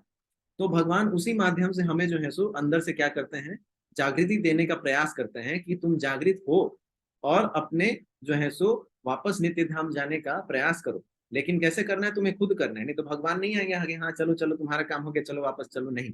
हमें खुद से जो है सो चेष्टा करनी है, हमें चुनना है कि हमें यहाँ रह करके प्रकृति के बंधन में बंद करके जो है सो कार्य करने हैं, या हमें जो है सो क्या करना है कि हमें अपने हृदय के परमात्मा स्वरूप भगवान का जो है सो वाणी को सुन करके और फिर हमें जो है सो भक्ति करनी है। तो इसी प्रकार से प्रकृति जो है सो क्या करती है, भगवान के संरक्षण का काम करती है। सभी लोगों को इजाजत नहीं मिलती है कि हाँ आप सभी लोग जो है सो जाइए जाइए नित्य धाम जाइए। प्रकृति में माया देवी क्या करती है, हम सभी को बांध करके रखती है और हम सभी को जो है सो क्या करती है, भ्रमित करती है, मोहित करती है। और उस मोहित होने के बाद में जो जीवात्मा होता है, उसके बाद जो है सो उसको यह स्ट्रगल करना है, उसको जो है सो क्या करना है, प्रयास करना है कि वो भगवान की भक्ति करके अपने नित्य धाम जाने का प्रयास करे। तो भगवान के संरक्षण का काम इस प्रकार से इस प्रकृति में होता है, प्राकृतिक जगत में होता है। ये जो प्राकृतिक जगत है जो हम ये देख रहे हैं वो क्या है, दुखालयम अशाश्वतम, मतलब दुखालय, दुखालयम का मतलब ये केवल और केवल जो है सो दुखी दुख है, और अशाश्वतम मतलब कि शाश्वत नहीं है, इस प्राकृतिक जगत का नष्ट होना तय है। तो जैसा कि हम समझते हैं कि जिस प्रकार से भगवान इस प्रकृति का निर्माण करते हैं, रचना करते हैं, वैसे ही उस प्रकार उसको जो है सो नष्ट भी कर देते हैं। समय आने पर, सभी का समय होता है, समय अनुसार जो है सो, काल अनुसार जो है सो वो सब कुछ अपने अनुसार हो जाता है। तो इसीलिए इसे दुखालयम अशाश्वतम कहते हैं। यहाँ केवल व्यक्ति दुखी भोगता है, सुख तो भोगता ही नहीं। वास्तव में सुख भोगना तो हमें उस वापस जो है सो अपने शाश्वत धाम में जाकर के सुख भोगना। ठीक है, हम लोग थोड़ा बहुत जो है सो सुख सुख का अनुभव करते हैं, लेकिन वो सुख जो है सो हमें क्या करता है, और जो है सो कर्म बंधन में बांधता चला जाता है। तो एक तरह से वो दुखी हुआ ना। वास्तव में तो सुख का अनुभव कैसे होगा, जब हम जो है सो भगवान के साथ जाकर के, भगवान के पास जाकर के उनकी सेवा करेंगे, तब जो है सो हमें सुख की अनुभव होगी। लेकिन हम लोग यहीं रह जाएंगे तो जो थोड़ा बहुत सुख मिल रहा है वो तो हम लोग को बस छोटा छोटा जो है सो दाना मात्र जो है सो सुख मिल जा रहा है, और उसके लिए कई जन्म जन्म जो है सो हमें यहाँ भोगना पड़ रहा है। तो वह दुखी है एक प्रकार का, इसीलिए इसे दुखालयम अशाश्वतम कहा जाता है। और ये जो प्राकृतिक जगत है, ये क्यों इसका निर्माण किया गया, ये एक कारागृह के समान है, यह एक जेल के समान है, जहां पर भगवान से विमुख हुए जीवात्माएं जो है सो यहाँ आकर के बंध जाते हैं, और माया देवी जो है सो उनको जो है सो इस कारागृह में बंद करके रखती हैं, और इस कारागार में बंद करके रखती हैं। लेकिन यह चॉइस दिया गया है, उनको यह चुनना पड़ेगा कि उनको जो है सो इससे बाहर निकल के भगवान की तरफ जाना है। अगर कोई व्यक्ति, कोई जीवात्मा इस बद्ध जगत में, उस कारागृह में रह के माया देवी के प्रभाव में रहते हुए भी अगर वो भगवान की भक्ति करने का प्रयास करता है, तो माया देवी उसे जो है सो क्या देती है, छूट दे देती है, कंसेशन देते हैं कि हाँ ठीक है, तुम भगवान की भक्ति कर रहे हो, तुम्हें कुछ कंसेशन है, तुम्हारे ऊपर कुछ प्रभाव मेरा कम होगा। धीरे धीरे और भक्ति बढ़ती है तो और प्रभाव कम होता है, और भक्ति बढ़ती है तो और प्रभाव कम होता है। उसके बाद व्यक्ति जो है सो पूर्ण रूप से जो है सो देख सकता है कि हाँ, वो भगवान की भक्ति करते हुए उनके शाश्वत धाम किस प्रकार आगे बढ़ सकता है। तो ये चीज जो है सो धीरे धीरे होती है, और इसीलिए इसे कारागृह कहा गया है। हमारी स्थिति जल से बाहर छटपटाती हुई मछली की तरह है। अगर आप जल से किसी मछली को बाहर निकाल दें तो क्या होगा, कि वो बेचारी छटपटाएगी, और अंततः धीरे धीरे क्या होगा कि वो मर जाएगी। तो छटपटाने वाली स्थिति जो है सो हमारी है। क्यों, क्योंकि हम लोग अभी अभी जल जल से बाहर निकले हैं और हम लोग तड़प रहे हैं कि हमें वापस जाना है उधर, वापस जाना है उधर। लेकिन कैसे होगा ये, हमें खुद उसकी चेष्टा करनी है। और इस बद्ध जगत में जब हम मछली के समान तड़पते हैं तो क्या होता है कि हमें सुख का अनुभव तो होगा नहीं, दुख ही दुख है। मछली तड़प रही है तो उसे मजा तो नहीं आ रहा है, उसे दुख ही भोगना पड़ रहा है। वैसे ही हम लोग भी उस दुख को भोग रहे हैं। क्यों, क्योंकि हम भगवान से बिछड़े हुए हैं। वास्तव में हमारी आत्मा जो है सो दुख भोग रही है, लेकिन क्या है, शारीरिक रूप से हम थोड़ा थोड़ा जो सुख अनुभव होता है उसको मान लेते हैं कि वाह कितना आनंद है, यहाँ पर कितना आनंद है देखो। तो इसीलिए हमें ऐसा नहीं सोचना है, ये सोचना है कि किस प्रकार से हम अपनी स्थिति को बदल करके भगवान की सेवा में लगा सकते हैं। भौतिक संसार में सृष्टि कार्य के नियामक सजीव और निर्जीव, कुछ चीजें जो है सो सजीव है और कुछ निर्जीव है। जैसे कुछ जो है सो जीवित है और कुछ अजीवित, जैसे पत्थर हुए और अन्य पहाड़ हुए, ये सब जो है सो क्या है, अजीवित है, निर्जीव चीजें हैं। और हम सभी जो है सो क्या है, सजीव है। चर और अचर, चलने और न चलने वाले। हम सभी चल फिर सकते हैं लेकिन पेड़ पौधे चल फिर नहीं सकते। तो ये सब यहाँ के भौतिक संसार के नियम है, बहुत नियम कानून है। आध्यात्मिक जगत में ऐसा कोई नियम कानून नहीं है, वहां पेड़ भी चल सकते हैं।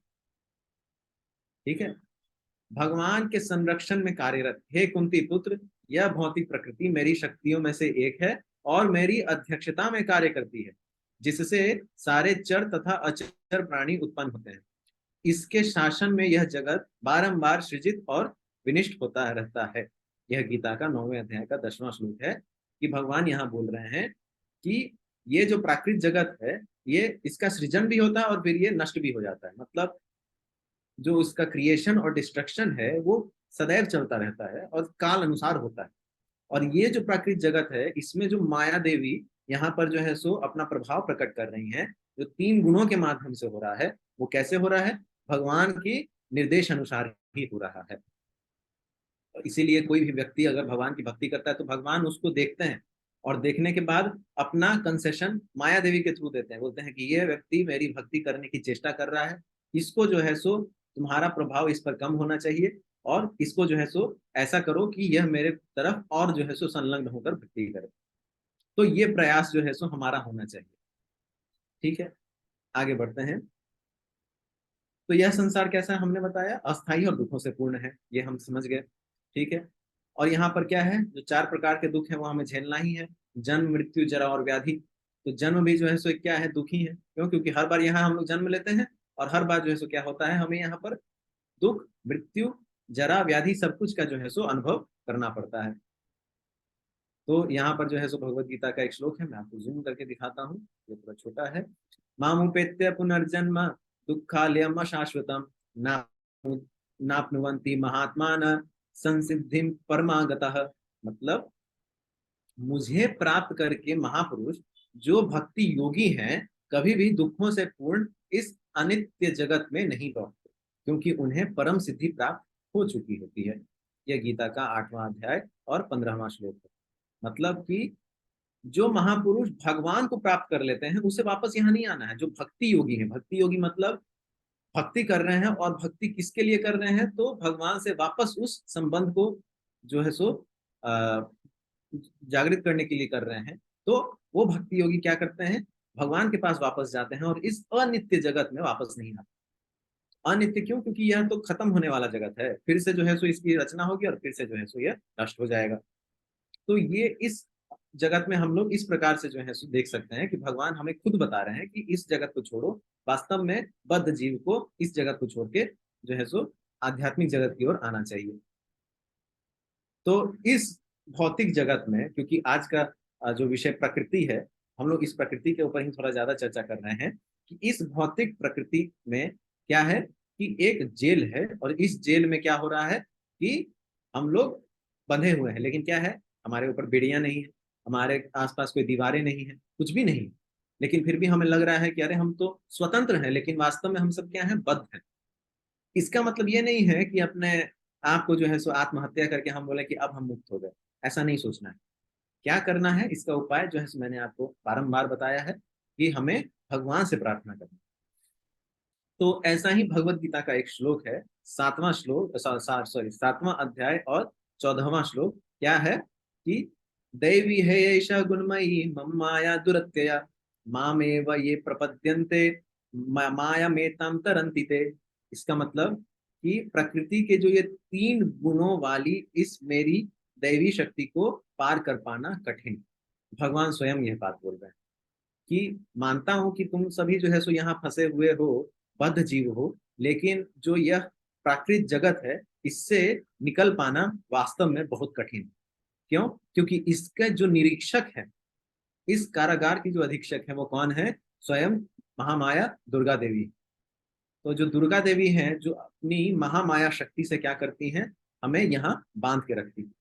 तो भगवान की हमने शक्तियां अभी देखी कि 3 प्रकार की शक्तियां हैं, अंतरांग, बहिरांग और तटस्थ। तो तटस्थ शक्ति कौन है? हम जीवात्मा है। बहिरांग शक्ति कौन है? यहाँ पर माँ दुर्गा है, जो यहाँ पर जो है सो अपना जो है सो निरीक्षण कर रही है हम सभी का, इस कारागृह का। हम इन्हें महामाया कहते हैं।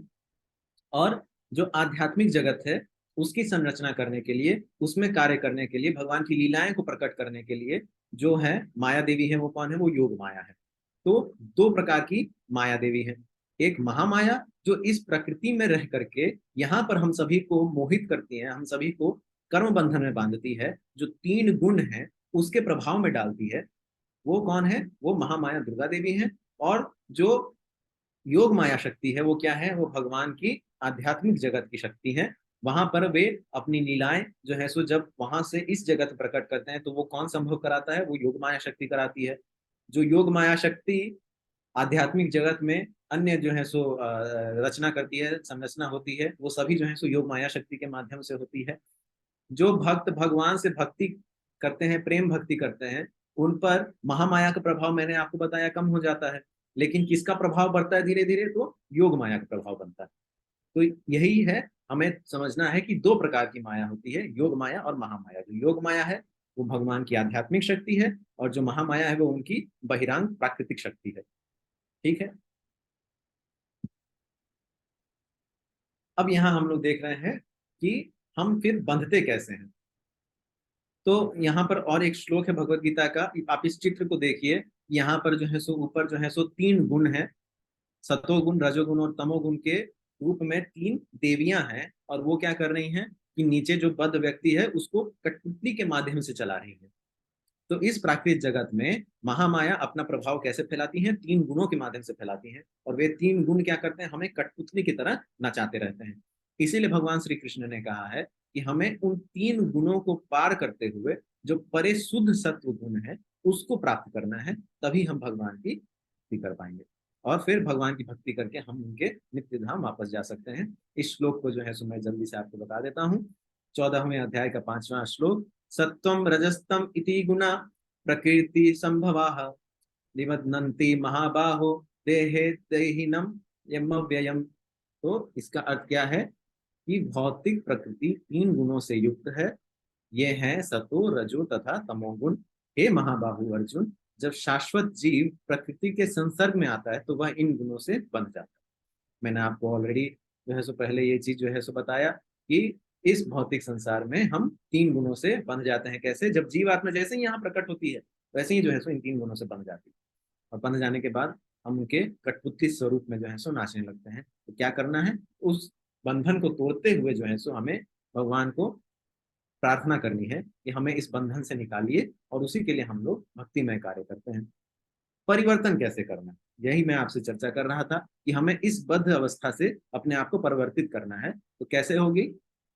तो श्लोक वही है कि दैवी है ईशा गुणमयी मम माया दुरत्यय माम मामेव ये प्रपद्यन्ते माया मेताम तरंति ते। 7वें अध्याय का 14वां श्लोक कि प्रकृति के तीन गुणों वाली इस मेरी दैवीय शक्ति को पार कर पाना कठिन है, लेकिन अगला जो उसका अनुवाद है क्या है कि किंतु जो मेरे शरणागत हो जाते हैं वे सरलता से इसे पार कर सकते हैं। तो एक बहुत ही अच्छा जो है सो उदाहरण है, एक एनालॉगी समान है कि यह जो प्राकृतिक जगत है वो क्या है? एक बहुत बड़ा महासागर है, भव सागर है। उसमें हम जो है सो डूब रहे हैं, हम लोग उसमें जो है सो तैर रहे हैं, डूब रहे हैं। और हमें क्या चाहिए? हमें चाहिए कि कोई हमें बचा ले। आप अगर किसी महासागर में तैरने के लिए चले गए तो क्या होगा कि आपको ऐसा लगेगा कि आप लहरों में डूबते चले जा रहे हैं। कोई तेज लहर आएगी, आपको डुबा ले जाएगी, कहीं और बहा ले जाएगी। तो आपको क्या चाहिए कि एक नाव चाहिए, एक नाव चाहिए, कहीं कोई पड़ाव चाहिए जिससे आप जो है सो बच सकें। और भक्ति जो है सो वही नाव है जो हमें इस संसार में, इस भव सागर से हमें लेकर के जो है सो आगे की ओर लेकर के जाती है, हमारे आध्यात्मिक संसार की ओर लेकर के जाती है। तो भगवान यही कह रहे हैं, जो मेरे भक्ति के प्रति जो है सो प्रयास करता है, मेरे शरण में आता है, मुझे शरणागत होता है, वह इसे सरलता के साथ पार कर सकता है, आसानी से पार कर सकता है। तो जीव क्या है? हम तटस्थ शक्ति हैं, मैंने आपको बताया। और हमारा फैसला होना चाहिए कि हमें क्या करना है। ये जो आपको सामने में बिल्ली दिख रही है वो एक दीवार पे खड़ी है, जहां दोनों तरफ जो है सो वह जंप कर सकती है, कूद सकती है। तो ये हमारे हाथ में, फैसला हमारा है। देखिए भगवान हमारे लिए सारी परिस्थितियां बना करके दे करके गए हैं। हम लोग ये कह सकते हैं कि हमारे परिस्थितियां अनुकूल नहीं है, हम तो बद्ध जीव हैं, लेकिन बद्ध होने के साथ साथ हमें क्या है? हम कोई भक्तिमय कार्य नहीं कर पा रहे हैं। तो हमें क्या करना है? बद्ध जीव तो हम हैं, ये हम मानते हैं, लेकिन हम लोग बद्ध अवस्था से निकलने की भी चेष्टा नहीं करते। चेष्टा करनी चाहिए ना कि हम जो है सो बद्ध अवस्था में, लेकिन बंधने से निकलना है। अगर चेष्टा ही करेंगे तो भगवान अपनी भक्ति का जो है सो कुछ जो है सो हिस्सा हमें इमीडिएटली तुरंत दे देंगे, और उस भक्ति को पकड़ के हम उनकी आगे की भक्ति जो है सो कर सकते हैं।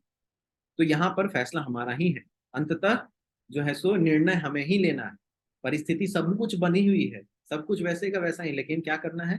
निर्णय हमें लेना है कि हमें यहाँ की जेलर महामाया के कठपुतली जो गुण है उनका कठपुतली बन के रहना है, या भगवान के शरण में जाना है और उनसे प्रेम संबंध बना करके उनकी प्रेममयी सेवा करके जो है सो आनंद भोगना।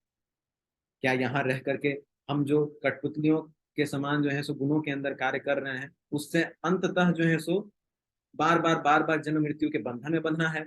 क्या हमें जो 4 प्रकार के दुख भोगने पड़ते हैं, जो हमें जो है सो अलग अलग प्रकार के दोष भोगने पड़ते हैं, जो 3 प्रकार के जो है सो कष्ट भोगने पड़ते हैं, क्या वो सब भोगने हैं हमें, या हमें वापस जाकर के जो है सो वास्तविक सुख का अनुभव करना है? ये हमारा निर्णय होना चाहिए, यही हमारा निर्णय है। इसीलिए हम तटस्थ हैं, बीच में है, कि हम दोनों तरफ जो है सो जा सकते हैं। तो अगले स्लाइड में हम अब जो है सो आगे बढ़ते हैं। ये मैंने आपको प्रकृति के ऊपर जो है सो थोड़ा बताया, और अब जो है सो प्रकृति के बाद मैं काल के ऊपर चर्चा करता हूं, जो हमारा आखिरी विषय है। तो काल के ऊपर में हमें चर्चा करना है। काल मतलब समय, यानी टाइम। तो काल क्या है? हम सभी जानते हैं काल एक चक्र समान है।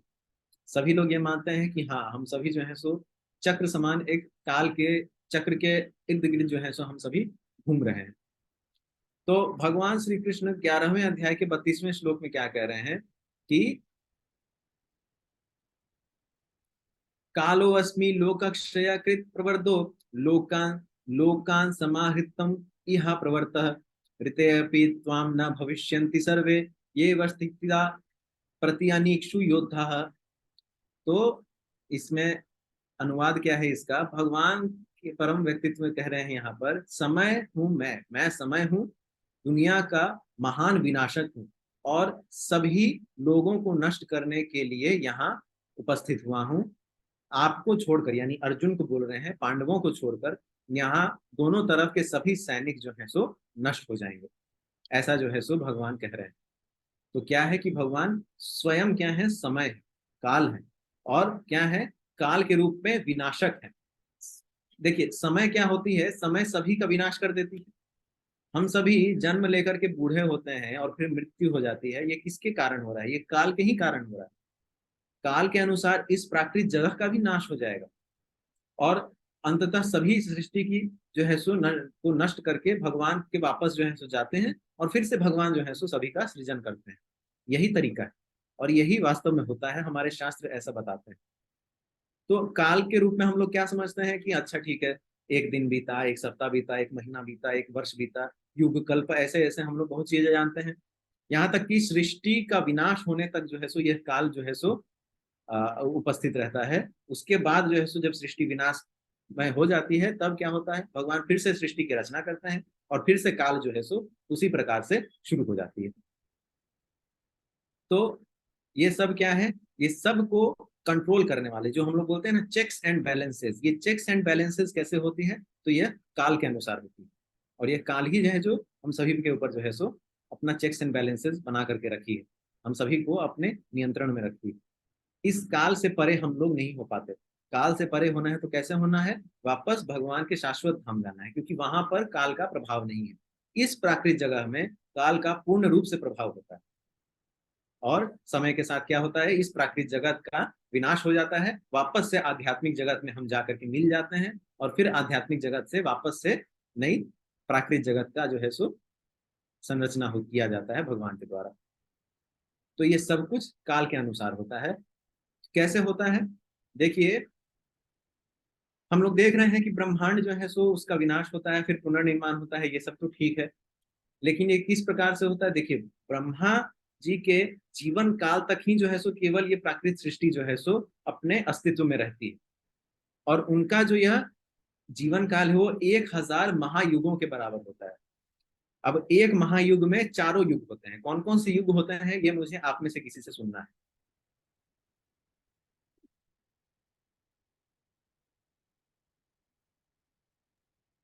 सतयुग, कलयुग, सतयुग, द्वापर युग, कलयुग, एक और याद नहीं आ रहा है मेरे को।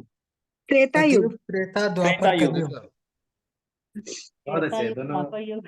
प्रभु जी और माता जी ने दोनों ने जो है सो बहुत अच्छे से बोला है। आप सभी सतयुग, को त्रेता, धन्यवाद। द्वापर, हाँ, दिनेश कुमार प्रभु जी ने भी जो बोला है, तो आपने सही बोला है। सतयुग, त्रेता युग, द्वापर युग और कलयुग।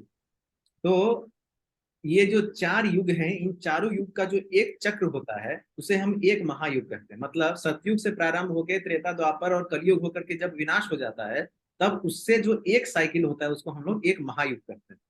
और ऐसे जब 1000 महायुग होते हैं, तब उसे हम लोग ब्रह्मा जी का एक दिन मानते हैं।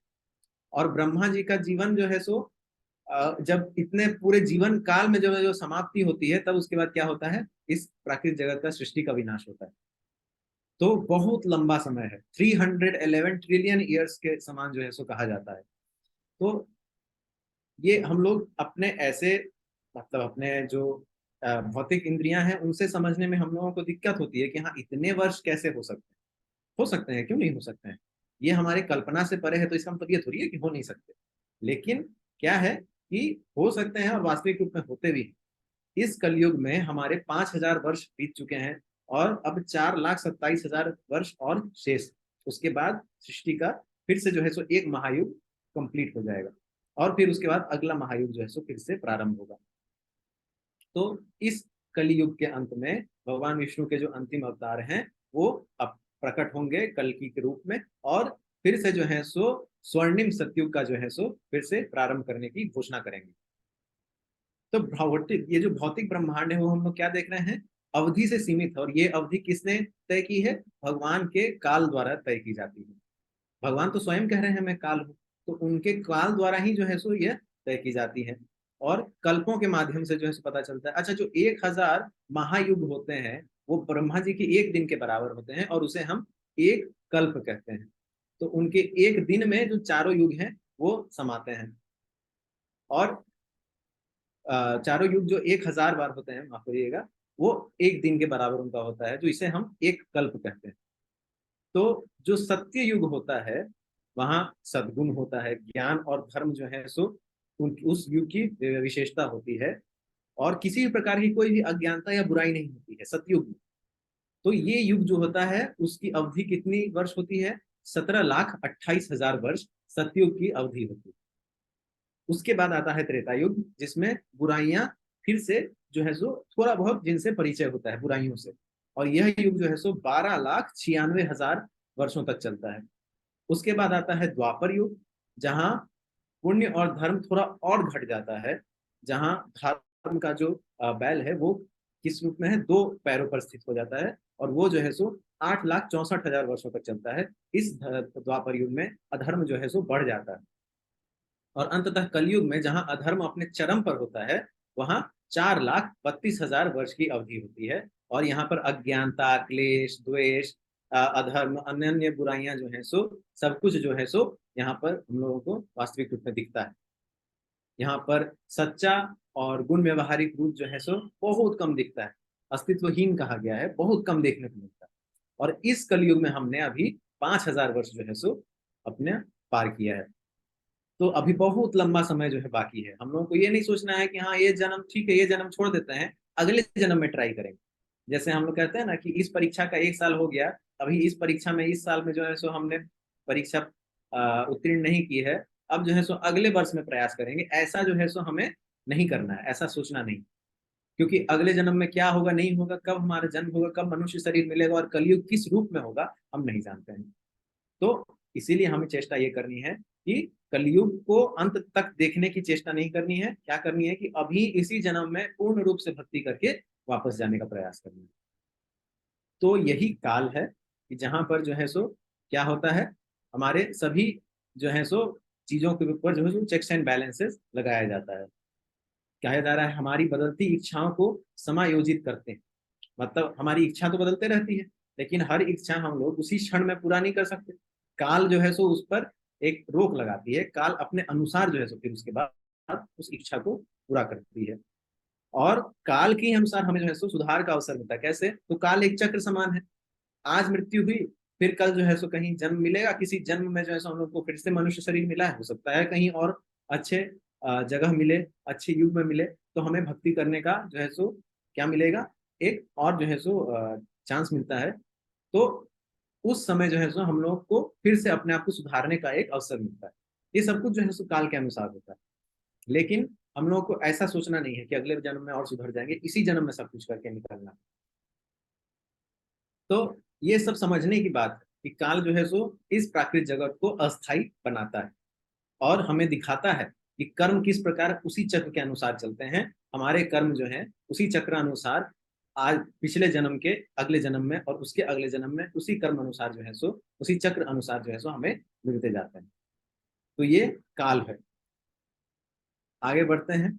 आध्यात्मिक शक्ति का हमने जो है सो जिक्र किया। अभी तक हम लोग प्राकृतिक शक्ति और उस पर काम करने वाले काल का हमने जो है सो जिक्र कर दिया है। थोड़ा सा जो है सो हम लोग प्रकाश डालते हैं आध्यात्मिक शक्ति के ऊपर कि जहां आध्यात्मिक जगत में मैंने आपको बताया योग माया काम करती है। और योग माया क्या करती है? आध्यात्मिक जगत का निर्माण करती है। जो भौतिक संसार से बिल्कुल विपरीत होता है। कहा गया है कि जो ये भौतिक संसार है वो आध्यात्मिक जगत का एक प्रतिबिंब है, रिफ्लेक्शन है। वैकुंठ जहां समस्त चिंताओं से रहित जीवन है, वहां पर स्थायी सब कुछ है, वहां पर परमानेंट है। वहां पर योग माया सब कुछ टेम्पररी करके नहीं रखी है। क्यों? क्योंकि वहां पर काल का जो है सो प्रभाव नहीं है और आनंद से पूर्ण रूप से जो है सो भरपूर है। योग माया के अंदर में रहते हुए वहां पर भक्त लोग करते हैं और सभी शाश्वत भक्ति करते हैं भगवान की, कंटिन्यूअसली करते ही रहते हैं। और फिर उसके बाद जो है सो उन्हें आनंद प्राप्त होती है। ना भय है, ना चिंता है, ना किसी प्रकार का दुख है, जरा व्याधि मृत्यु जन्म कुछ नहीं है। हमारी आत्मा जो है सो अपने शाश्वत धाम वापस चली जाती है। हम लोग वास्तव में अपने ही घर में सबसे ज्यादा खुश रहते हैं ना। दूसरे के घर से जब वापस आते हैं, कहीं बाहर से वापस आते हैं, तो अपने ही घर में जो है सो सबसे ज्यादा संतुष्ट रहते हैं, सुखी रहते हैं। तो वैसे ही हमारी जीवात्मा का वो क्या है? नित्य शाश्वत धाम है, उसका स्वयं घर है। तो हमें वहां जाने की जो है सो चेष्टा करनी चाहिए। जब वो वहां जाता है तो सर्वाधिक जो है सो आनंदित रहता है। वहां पर हर कोई भगवान की सेवा करना चाहता है और भगवान की प्रसन्नता के लिए ही केवल कार्य होता है। तो ये वहां की विशेषता है। और कौन संभव बनाता है? योग माया शक्ति जो है सो संभव बनाती है। तो हमें किस प्रकार से उस आध्यात्मिक जगत के लिए जो है सो अपना कार्य करना है, आगे जाकर के हम किस प्रकार से जो है सो अपने कर्मों को जो है सो देख करके किन गुण में कार्य कर रहे हैं और कैसे सतोगुण से शुद्ध सत्व में जाना है, कैसे इस प्राकृतिक बंधन को तोड़ते हुए जाना है। इसके लिए गीता में और जो है सो डिटेल में जो है सो चीजें बताई गई हैं। और वो सब हम लोग कैसे जान सकते हैं? जब गीता का गहन अध्ययन करेंगे, पूर्ण रूप से जब अध्ययन करेंगे तब समझ जाएंगे। और उसके लिए जैसा कि अभी मैंने सत्र के शुरुआत में बताया कि गीता का जो है सो 6 मास का जो है सो सत्र चालू होने वाला है 18 तारीख से, जिसमें कि 6 महीनों तक सप्ताह में केवल 3 दिन जो है सो सत्र लगाए जाएंगे, 1-1 घंटा का। और उसमें जो है सो जो 700 श्लोक हैं, अगर उस पर चर्चा हो पाई तो वो होगी, नहीं तो जो मुख्य श्लोक हैं उस पर अवश्य चर्चा होगी। और उसमें हम लोग और ज्यादा जो है सो डिटेल में समझ पाएंगे कि कैसे हम लोग जो है सो साधक बन सकते हैं और साधक बन के जो है सो इस प्राकृतिक जगत से निकल के भगवान के धाम जाके उनके परमानेंट भक्त बन सकते हैं। तो आप सभी से अनुरोध है कि उस सत्र में, उस पाठ्यक्रम में भी जो है सो हिस्सा लें, ताकि आप सभी को जो है सो भगवत गीता का जो है सो डिटेल नॉलेज होना चाहिए। क्योंकि अभी जो हमने इन 6 सत्रों में कार्य किया है, इससे आपको भगवत गीता के प्रति रुचि जगानी है। ये हमारा उद्देश्य ये था कि आपकी रुचि जागे। 6 दिनों में यह संभव नहीं कि मैं भगवत गीता का ज्ञान पूर्ण रूप से आपको दे दूं। मैं आपको केवल जो है सो रुचि मात्र देने के लिए उस ज्ञान को दिया। और चाहता हूं, आपसे प्रार्थना करता हूं, विनती करता हूं कि अब आप लोग जो है सो अपने तरफ से चेष्टा करें कि भगवत गीता को पूर्ण रूप से समझें। और उसके लिए आप स्वयं से अगर पढ़ना चाहें तो पढ़ सकते हैं, लेकिन क्या होगा, कहीं डाउट होगा, कंफ्यूजन होगा तो किसके पास जाएंगे पूछने के लिए? अब हर चीज का समाधान गूगल तो नहीं है। तो इसीलिए जो 6 मास की जो सत्र चलने वाली है उसमें हिंदी, इंग्लिश, तेलुगु सभी में जो है सो भाषाओं में होने वाली है। और हमारे पूज्यपाद रघुनाथपुरी प्रभु जी जो है सो हिंदी में उपस्थित रहेंगे सत्र लेने के लिए। तो उन सत्रों में जो है सो पूर्ण रूप से जो है सो आपको ज्ञान होगा कि भगवत गीता क्या है और उसके भीतर जो है ज्ञान जो है सो किस रूप में भगवान ने दिया है। क्योंकि भगवान ने तो बहुत सारे ज्ञान दिए। भगवान जो है सुकर्म योग के बारे में डिटेल में बताते हैं, ज्ञान योग के बारे में डिटेल में बताते हैं, भक्ति योग के बारे में डिटेल में बताते हैं, अपने बारे में डिटेल में बताते हैं, विश्व रूप का दर्शन कराया उसके बारे में है, जो 3 गुण है उनके बारे में बताया है, सभी चीजों के बारे में बताया है, अपने ऐश्वर्य के बारे में बताया है, जो शाश्वत जगत है उसके ऐश्वर्य के बारे में बताया है, सब कुछ बताया है। तो इसीलिए आप सभी से अनुरोध है कि उस 6 महीने के जो है सो कोर्स में भी आप लोग जो है सो रजिस्टर करिए। और ये आज का हमारा सत्र जो है सो मैं यही समाप्त करता हूँ। और अब आप लोग जो है सो अपने अपने प्रश्न पूछ सकते हैं।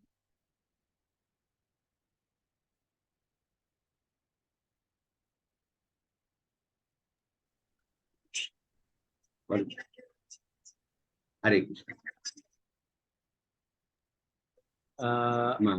अमृता माता जी, आपने हैंड रेस किया है, अपना हरे प्रश्न। कृष्ण। हाँ प्रभु जी, हरे कृष्ण। जी जी, एक सेकंड, रघुनाथपुरी प्रभु जी बोल। हरे कृष्णा प्रभु जी, एक्चुअली दूसरे सत्र में मैं ज्वाइन किया हुआ था, जी तो जी हमारा आज का जो सत्र है वो समाप्त हुआ।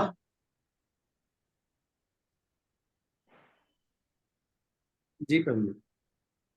हरे कृष्णा। जी जी प्रभु जी, आप बोलिए प्रभु जी। हरे हरे कृष्ण। अच्छा अच्छा, म्यूट किया हुआ था, सॉरी। मैं दूसरे सत्र में था, एक और से सत्र चल रहा था। माता जी ने आग्रह किया था कि इस सत्र के अंत में वो तेलुगु सेशन जो चल रहा था उसमें जाकर संबोधन करने के लिए, वहां पर बोलने के लिए, तो वही जस्ट बोलकर खत्म करके मैं देखा कि आप लोग का सत्र समाप्त हुआ। और इस यज्ञ को करने के मैं अभी वही बोल रहा था वहां पर। तो हमारे यहाँ पे उपस्थित हमारे जितने भी श्रोतागण हैं, हमारे भक्ताज एंड भक्तनीज, दी ऑल द डिवोटीज, तो मैं आप सब लोग के लिए हार्दिक शुभकामनाएं। आप लोगों ने 6 दिन का व्रत पूरा किया। जितने लोग यहाँ रह गए, शुरुआत हुई थी 100 से ऊपर लोगों से, लेकिन अंततः इस व्रत को पूरा आप लोगों ने किया है। बाकी लोग के लिए भी मैं शुभकामनाएं देता हूं, क्योंकि क्या है कि हर्डल को पार करना है ना, एक एक दिन का हर्डल, एक एक दिन का। तो अंततः जो है अभी एशियन गेम्स हुआ था, तो मेडल तो आप ही लोग को मिलेगा। जो लोग उपस्थित नहीं थे उनको मेडल नहीं। और वो मेडल कौन देगा? हरे कृष्णा। वो मेडल कौन देगा? अमृता माता जी। वो आप देंगे। नहीं नहीं, मैं तो उस लायक हूं ही नहीं कि मैं मेडल दे सकता हूँ। कृष्ण देंगे हमें मेडल। हाँ, देखिए अमिता माता जी तुरंत एकदम फटाक से पकड़ ली। कृष्णा की तरफ से ही मिलेगा प्रभु। हाँ यस, मंजू माता जी ने भी कहा कृष्ण हमें मेडल देंगे। लेकिन मेडल देने के लिए हम सब लोग अभी 6 दिन का व्रत को किया कार्तिक मास में, और ये अत्यंत, और इस कार्तिक मास में आप लोग रमा एकादशी के दिन इस कथा को सुना है, वो भी अपने आप में दुर्लभ है। तो मैं निश्चित रूप से आप उन चंद भाग्यवान लोगों में से हैं। कितने लोग अभी बाहर में चाट पकौड़ी, कुछ लोग दही भल्ले, कुछ लोग पता नहीं चाट पापड़ी और सब जो भी है खाते खा रहे होंगे, हैं। लेकिन आप लोगों ने 1-1.5 घंटा प्रभु के वचन को सुनने के लिए अपना बहुमूल्य समय, और वो भी कब? छोटी दिवाली। माताओं को तो बहुत सारा काम रहता है आज के समय में, वो प्रभु जी लोग को भी होता है, तो प्रभु जी लोग थोड़ा बाहर वाले काम करते हैं। माताओं को तो घर को तैयार करना है, दिवाली के लिए तैयार करना है। कल का, आज छोटी दिवाली है, कल बड़ी दिवाली है। तो इसलिए, लेकिन आप लोगों ने क्या किया? आप लोगों ने इस यज्ञ में सम्मिलित होकर अपने उस महत्वपूर्ण समय को दिया। कृष्ण इसको लिख के रखेंगे, ये आपका क्रेडिट हो गया है। अब आगे क्या? पूर्णावती हो गई या कुछ और आगे? पूर्णावती नहीं हुई है। अब आगे की हमारी यात्रा 6 महीने का एक कोर्स है, जिसमें कि भाष्य के हिसाब से जो लोग भी ज्वाइन करेंगे, तो हम सब लोग गीता का ही ज्ञान को उसमें प्रस्तुत करने का प्रयास करेंगे। हम सब लोग उसमें फिर से, और मैं भी जुड़ा रहूंगा, हमारे ऋषिनाथ प्रभु भी सब लोग जुड़े रहेंगे, और 6 महीने की यात्रा हम सब लोग करेंगे। उसमें गीता के रहस्य से निकली हुई जो ज्ञान है, उसको आप लोग पूर्ण रूप से गीता के श्लोकों के द्वारा प्राप्त कर सकते हैं। तो आप लोग का क्या कहना है? आप लोग ज्वाइन करना चाहेंगे या फिर, क्योंकि सभी लोग का प्रश्न रहता है, तो हाँ जी आप सब प्रभु जी, हम लोग हाँ, ज्वाइन करना प्रभु जी हम चाहेंगे। लोग ज्वाइन करना चाहेंगे। जरूर। प्रभु जी हाँ, मैं ज्वाइन करना चाहेंगे। ज्वाइन करना चाहते हैं। प्रभु जी मैं तो हाँ ऑलरेडी प्रभु जी। रजिस्टर कर चुका हूँ। हाँ ठीक है। प्रभु जी, उसी के लिए ऊपर मेरा सवाल था अभी कि रजिस्ट्रेशन के कैसे करना है हमको। अच्छा, रजिस्ट्रेशन हम सब लोग आपको लिंक भेज देंगे हमारा SGR 8 ग्रुप में। आप सब लोग SGR 8 में हैं ग्रुप में? जी हाँ। हाँ जी यस प्रभु जी। प्रभु। हाँ है। कम से कम 28 के 28 लोग तो आप लोग कंफर्म कर सकते हैं। तो यस। आप लोग को लिंक हम लोग डाल देंगे अगर नहीं आया है तो, और वो लिंक में आप सब लोग ज्वाइन कर लीजिए। 18 तारीख से स्टार्ट होने वाली है, और क्या वो टाइम क्या 18। होगा? तो जी प्रभु जी 18 नवंबर। 18 7:30 to November 8:30। Ji ji, time 18 नवंबर से। और टाइमिंग क्या होएगा प्रभु जी? टाइमिंग जो है वो, अच्छा, सप्ताह में 3 दिन रहेगा। अच्छा। बुधवार, शुक्रवार और शनिवार, जहां तक मुझे अभी तक याद है। और हम्म। ये 1-1.5 घंटे की सेशन रहेगी, ये भी संध्या काल में ही रहेगी। 7:30 बजे से होगा प्रभु जी। हाँ, 7:30 बजे से 8:30 बजे। फिर करें एक, हाँ वो 1 घंटा है, तो आप ये मान के चलिए कि 1 घंटा की जगह पे आप 7:30 से 9 बजे तक आप अपने आप को फ्री रखिए। और बुधवार, शुक्रवार और शनिवार को, और हम सब लोग प्रयास करेंगे कि आप सभी लोग उसमें सम्मिलित होकर, और जो गीता का आप लोगों ने अभी गीता के रहस्य को जाना है, तो ये यज्ञ की शुरुआत है। अब उस वो महायज्ञ है। मैं याद करने का कोशिश कर रहा हूं, और मैं जब गीता के रहस्य का ये जो चर्चा चल रही थी, मैं कुछ सालों पहले की बात को याद कर रहा था, और यही मैं शेयर कर रहा था दूसरे ग्रुप में, कि हमने भी गीता के कुछ वचन, मैंने भी गीता पढ़ी, 1-2, कुछ समझ में नहीं आया, लाल कपड़े में बांधा रख दिया। फिर प्रभुपाद की गीता मुझे मिली, और कुछ हमारे वैष्णवों का, हमारे आचार्यों का कुछ टीका, कुछ ऐसा समझने का, और तब जाके पर्याप्त मात्रा में लगा कि हाँ, इस जीवन का हम सब लोग भटक रहे थे। अंततः वो गीता से हमारी कृष्ण भावनामृत की यात्रा शुरुआत हुई, और आज मैं आप लोग के सामने में आप ही के जैसा हूँ, आप ही लोग के जैसा ही जो है भगवान की भक्ति करने का प्रयास कर रहे हैं। यही, अच्छा, ये आप सब लोग तो सुन लिए, जीवन का लक्ष्य क्या है? हरे कृष्णा, हम सब लोगों का जीवन का लक्ष्य है क्या? प्रभु जी भक्ति में आगे बढ़ना है, हर श्वास में कृष्ण उनका स्मरण कृष्ण करना है, कृष्ण की प्राप्ति करना। कृष्ण की भक्ति में लगे रहना, बस यही जीवन का अंतिम लक्ष्य है।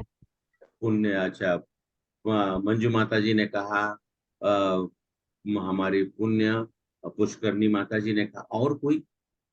प्रभु जी मेरा यह लक्ष्य है कि जन्म मृत्यु के चक्कर से मैं मुक्त होना चाहती हूँ और मोक्ष बहुत प्राप्ति बहुत की। बहुत बहुत ऊंचा लक्ष्य है, एकदम अच्छा, सही है, हाँ। और और कौशलनाथ प्रभु जी, आप बताइए। प्रभु जी, पहले तो आप सबको धन्यवाद, गुरुजन को, जो कि ये SGR का प्रोग्राम आपने जो चलाया, उससे बहुत हमको यानी सीखने को मिला, कुछ समझने को मिला। और जीवन का लक्ष्य तो यही है कि जिन्होंने इस जगत में भेजा है कि कुछ कार्य करने के लिए, ताकि फिर उन्हीं के पास वो असली घर पे, जैसा कि आज सवेरे आपने झिझोड़ दिया आपके लेक्चर ने कि भक्ति किस तरीके से करनी चाहिए, भक्ति क्यों नहीं करते हो, तो बहुत बहुत उसके लिए भी धन्यवाद। तो ये जो है भक्ति का ही एक मार्ग है, ताकि हम अपने घर जाएं। ये तो जैसा कि अपन टूर पे जाते हैं, वैसे टूर पे आए हैं। असली मार्ग तो वो है, उसको पाने के लिए भक्ति मार्ग और गुरुजनों के साथ में जो है अपनी पूरी शिक्षा पूरी करें और भगवान के मार्ग पे चलते जाएं। हरे कृष्णा प्रभु जी, आपने सुबह का लेक्चर सुना, ठीक है, मैंने उसका बहुत मूल स्वरूप में मैं, आज हम सब लोग अभी जो इस सत्र में प्रभु ने बोला है, तो अगर हम देखें तो वो पूरा का पूरा जो लेक्चर था 1-1.25 घंटे का, वो इसी चीज के ऊपर में था। तो आप सब लोग लक्ष्य समझ गए हैं। मुझे पूर्ण रूप से अभी विश्वास है कि आप सब लोग लक्ष्य के बारे में जान चुके हैं। एकमात्र लक्ष्य हमारे जीवन का है राधा कृष्ण के प्रेम को प्राप्त करना, और कुछ नहीं।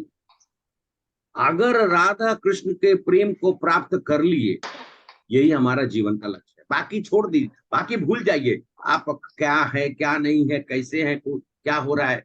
जो इस भाव को पकड़ लिया, उसके जीवन को सार्थकता मिल गई। तो यही हमारा लक्ष्य है, और आप सभी ने सही रास्ता। माता जी, थोड़ा देर के लिए आपको म्यूट कर देता हूँ, ठीक? सॉरी और सॉरी। नहीं, कोई बात नहीं है।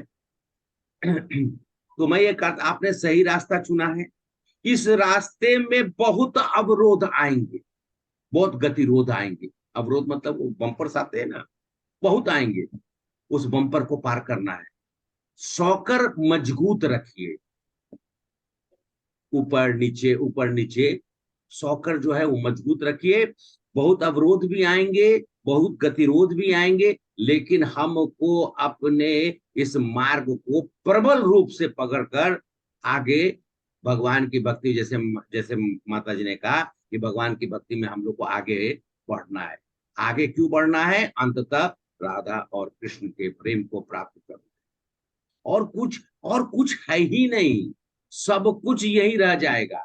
जाएगा तो सिर्फ एक चीज, जो है कि मैंने आपसे कहा, राधा और कृष्ण के प्रेम को ही हम प्राप्त करें। इस राधा रानी का नाम मैं इसलिए ले रहा हूं कि उनके बिना ना मिलने वाला है, उनके बिना नहीं मिलेगा। इसलिए जब कृष्ण को याद करे तो उनको याद, राधा रानी को पहले याद करिए। वही हमारी सबकी एक्चुअली में माता स्वरूपा वही है, सबका। इसमें जितने देवी देवता और जितने के आप सोच सकते हैं, सब एक्चुअली में कहा जाए तो उन्हीं का स्वरूप में से ही निकले हुए। इसलिए पकड़ कर रखिए, और आने वाले 6 महीने के सत्र में आप लोग जुड़िए। बहुत मीठी मीठी और बहुत अच्छी अच्छी, कभी कभी कठोर भी, कभी कभी जो है, तो क्योंकि क्या है, स्वाद तो अलग अलग तरह का होता है, मीठा भी, कड़वा भी है, तो तीता भी, और थोड़ा सा और जितने तरह के आप स्वाद सोच सकते हैं। तो ये जीवन भी हमारा उसी तरीके से है, लेकिन इतना जरूर है कि कृष्ण के इस ज्ञान को, कृष्ण रूपी हमारे हृदय में भगवान को हम वास कराना चाहते हैं, कृष्ण रूपी तत्व को जो जानता है वो सबसे रसीला है कि नहीं? जिसने उस रस को चख लिया, उसको बाद में और किसी चीज की जरूरत नहीं है। ना उसको गुलाब जामुन की जरूरत है, ना कोई उसको और तरह के स्वीट्स की जरूरत है। बस कृष्ण का रस जो है सबसे ऊंचा है, प्रेम रस जो है सबसे ऊंचा है। तो बहुत बहुत धन्यवाद देता हूं। और अभी आप लोगों के लिए प्लेटफॉर्म है, क्योंकि हाँ, और साथ साथ में हमारे ऋषिनाथ कृष्णदास प्रभु आप सब लोग के साथ में उन्होंने अपना बहुमूल्य समय दिया। उन्होंने उसके पीछे काफी अध्ययन किए, और इस तरह का उन्होंने अपना जैसे आप लोग हैं उसी तरह से प्रभु ने भी अपना समय यहाँ पर देते हुए, क्योंकि ये भी कार्यरत है, लेकिन इन्होंने समय निकाला। हर दिन का सत्र का जो है आपके सामने में प्रेजेंटेशन करना, बताना, तो मैं उनका भी अपने हृदय से हार्दिक धन्यवाद करता हूँ। और भगवान के इस ज्ञान को सब में बांटने के लिए फिर से एक बार धन्यवाद करता हूँ, और ढेर सारा आशीष और भगवान से प्रार्थना। हम सब लोग प्रार्थना कर सकते हैं, लेकिन भक्ति तो आप ही को करनी पड़ेगी, है? गीता तो आप ही को पढ़ना पड़ेगा। मैं गीता का ज्ञान बता दूं, प्रभु ने बता दिया गीता का रस, लेकिन अगर हम नहीं, उसको तो आपको ही करना पड़ेगा। ऐसा नहीं मैं बोल सकता हूँ कि मैं सारिका माता जी के लिए जाकर गीता को पढ़ दूंगा, या फिर अमृता माता जी के लिए मैं एकादशी कर दूंगा, तो एकादशी तो आप ही कर, या फिर पुण्य पुष्करणी माता जी के लिए मैं बोलूंगा कि माता जी मैं जो है अध्ययन आपके जगह पे मैं अध्ययन करता हूँ। ऐसा नहीं, वो तो आपको करना पड़ेगा। हाँ, हम सब लोग प्रार्थना कर सकते हैं। इसी प्रार्थना के साथ में प्रभु के लिए और सभी के लिए आप लोग के लिए प्लेटफॉर्म है। आप लोग अपना अपना जो भी आप लोग का रिफ्लेक्शंस हो, जो भी आप बोलना चाहें, आप लोग बोल सकते हैं। हरे कृष्णा प्रभु जी, धन्यवाद, प्रणाम, बहुत बहुत धन्यवाद। और अब आप सब लोग को कुछ प्रश्न पूछना है तो आप लोग प्रश्न पूछिए। प्रभु जी एक बात पूछना चाहती थी। जी माता जी। मैं बोल रही थी कि राधा कृष्ण, जैसे हम लोग गुरु दीक्षा लिए हुए हैं तो उनमें नाम मिला हुआ है, तो ज्यादातर हम लोग उस नाम का जाप करें या फिर राधा कृष्ण का नाम का जाप करें? जैसे मैं सुबह 16 माला का जाप करती हूँ और अपना गुरु जी का फिर नाम मैं कम जाप कर पाती हूँ, तो क्योंकि बहुत सारा काम होता है, तो इसलिए बीच बीच में, तो क्या मतलब ज्यादा जाप करना चाहिए, अपने गुरु नाम को या फिर राधा कृष्ण का नाम को जाप करना चाहिए? यही थोड़ा सा कंफ्यूजन है, इसको आप क्लियर कर दीजिए। देखिए, इस पे मैं यही कहूंगा कि भगवान राधा कृष्ण का नाम जो है सो सबसे पवित्र है। शास्त्र हाँ में बताया गया है कि उनके नाम का जप करने से समस्त जितने देवी देवता ऋषि मुनि आदि जो हैं सभी को जो है सो उसका फल मिलता है। तो अच्छा उनके नाम का आप 16 माला अगर जप कर रही हैं तो वो सबसे उत्तम। हाँ, अगर आपका कोई पारिवारिक परंपरा के तौर पर अगर आपको अपने गुरु जी का नाम जप करना है तो आप अपना समय निकाल के कर सकते हैं। लेकिन जो 16 माला का जप आप जब कर रही हैं तो वो सबसे उत्तम है, उसके अलावा फिर कोई जरूरत नहीं। 16 माला में गुरु जी कभी कभी छूट जाता है, जैसे कि कभी 10 ही माला कर पाते हैं, कभी 7 माला ही कर पाते हैं। जैसे अभी कार्तिक स्नान के टाइम है तो थोड़ा सा सुबह का टाइमिंग पूजा पाठ इस समय हो जाता है, तो उस समय थोड़ा छूट जाता है, तो ऐसा कोई। हाँ अ, देखिए देखिए, अगर छूटता है तो ज्यादातर जो है सो मैं समझता हूँ घरेलू कार्य के वजह से जो है सो छूटता है, समय के अभाव की वजह से छूटता है। लेकिन क्या है कि 16 माला करना जो है सो इसलिए बोला गया है क्योंकि हमारे गुरुजन क्या बोल के गए हैं कि भगवत गीता में भगवान ऐसा बोलते हैं, सततम कीर्तयन्तो माम, मतलब हमेशा जो है सो मेरे नाम का भजन करो। लेकिन श्री प्रभुपाद ने जो है सो इसको कम कर दिया और बोला कि कम से कम 16 माला का जप करो। तो इसीलिए कुछ नहीं तो कम से कम अपना दिनचर्या इस प्रकार बनाइए कि 16 माला जप हो जाए। ठीक है, अगर किसी दिन तबीयत खराब है या कुछ ज्यादा ही अगर काम में ज्यादा उलझे हुए हैं तो ठीक है, एक आध छूट सकता है।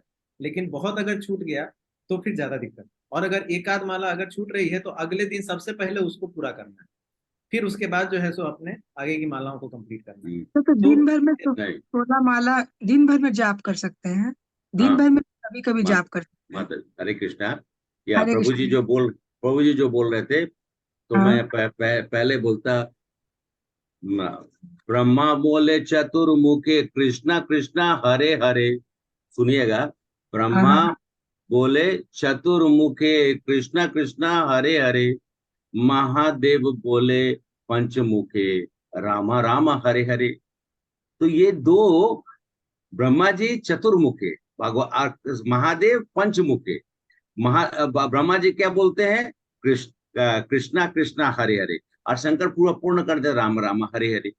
माता जी 16 माला करना, क्योंकि मैं एकदम स्पष्ट बोल रहा हूँ, उसमें कहीं कोई किंतु परंतु की बात नहीं है। 16 माला आपको मिनिमम करना है।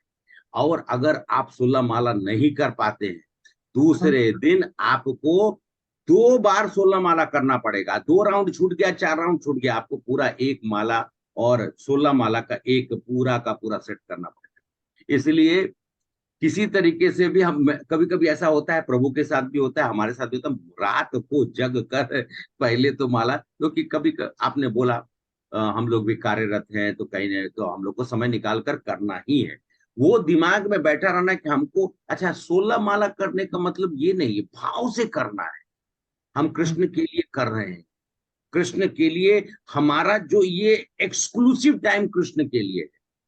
हम उसको दिन में आप ठीक है 3 बार ही करिए, लेकिन भाव जो है वो इस तरीके का होना चाहिए कि मैं कृष्ण को ये समय दे रहा हूं। ये नहीं कि हम दूसरा काम भी कर रहे हैं, खाना पीना भी पका रहे हैं, नहीं, ऐसा नहीं। एक जगह बैठ जाइए, 10 माला करिए, 5 माला करिए, एक बार में करिए, लेकिन 16 माला जरूर करिए, क्योंकि आप दीक्षित हैं इसलिए बोल रहा हूं। बाकी लोग जो दीक्षित अभी नहीं है वो भी 16 माला करने का प्रयास करें।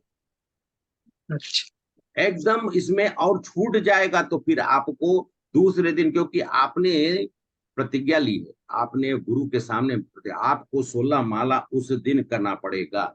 और नहीं किए तो अगला दिन 16 + 16 32 करना पड़ेगा।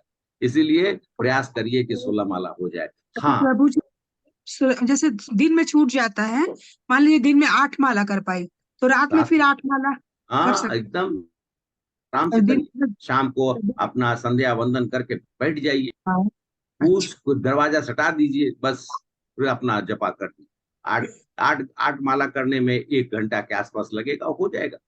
लेकिन वो 1 घंटा कृष्ण का है, सुबह का 1 घंटा कृष्ण का है, वो सोच के कर। ठीक है। हाँ ठीक है प्रभु जी, धन्यवाद प्रभु जी, धन्यवाद। पुण्य पुष्करिणी माता जी, हरे कृष्णा। आपका हैंड रेज है, आपको प्रश्न पूछना है। हाँ, हरे कृष्णा प्रभु जी, दंडवत प्रणाम। हाँ, प्रभु जी, जैसे आप अभी जब शुरू था कि हम लोगों को बासी खाना नहीं है, पर हम लोग जब गृहिणी है तो हमको कुछ ना कुछ खाना ही पड़ता है।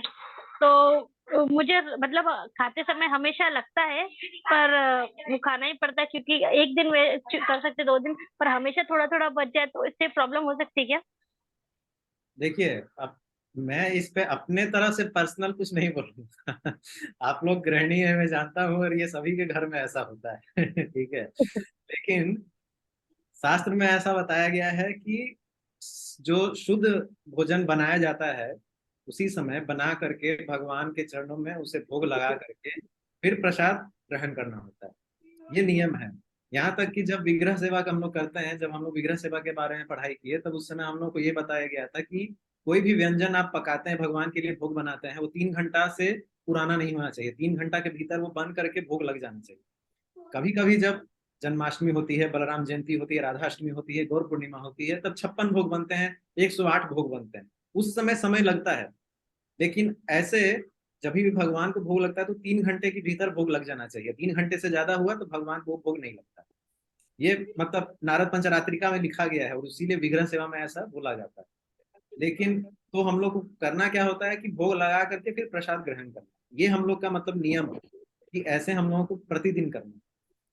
अगर देखिए प्रसाद बना हुआ है और अगर बच गया है, ठीक है, तो कभी कभार आप उसको ग्रहण कर सकते हैं, लेकिन प्रयास ऐसा करिए कि वो बासी ना बचे। ठीक है, कुछ भी हो जाए आपको उसको खत्म कर लीजिए। और अगर नहीं हो पा रहा है, कि ऐसा लग रहा है कि बार बार बच रहा है, तो बनाने का थोड़ा जो सीमा है उसको थोड़ा कम करने का प्रयास करिए। तो क्योंकि क्या है ना, हम लोग का जो मन है, जो चेतना है, वो बासी खाने से क्या होता है, तामसिक होने लगता है। और क्या है कि आप गुरु दीक्षा ले चुकी हैं, तो आपको मन को जो है सो, अपना चेतना को जो है सो तामसिक नहीं रखना है, उसको सतोगुण में रखते हुए भक्ति करते हुए शुद्ध सत्व की ओर जाना है। दीक्षा होने के बाद कहा ही यही जाता है कि राजसिक और तामसिक गुणों से रहित होकर के सतोगुण की ओर बढ़ते हुए शुद्ध सत्व में जाने का प्रयास करना। तो यही चीज जो है जो हम लोग को सिखाया जाता है। तो कायदे से तो आपको नहीं खाना है, लेकिन अगर कभी कभार प्रसाद बच रहा है तो ठीक है। कभी कभार का मतलब है, ठीक है, रेयर ऑकरेंस होना चाहिए।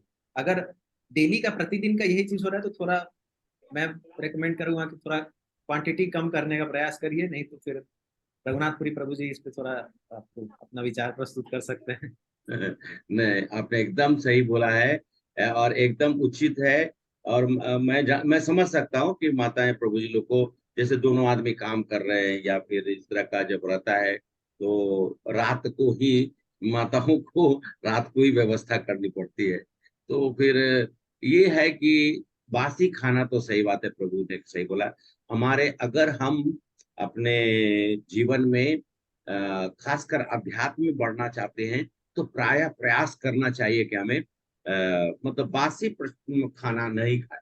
लेकिन अब जैसे कि मान लिया जाए कि अब कोई बोलेगा कि प्रभु दूध और दही, वो तो हम लोग फ्रिज में रख देते, वो बासी होता, हम बोले वो दूध, दही, घी, मध, ये सब जो चीजें हैं वो बासी कभी नहीं होती। उसका प्रयोग आप आयुष के रूप में है, वो कभी भी कर सकते हैं। और आ सकता है प्रश्न, आप पूछ सकते हैं, लेकिन वो आयुष के रूप में भगवान ने उसको उपलब्ध कराया है हमारे, इसीलिए उपलब्ध कराया कि उसका प्रयोग हम कभी भी कर सकते हैं।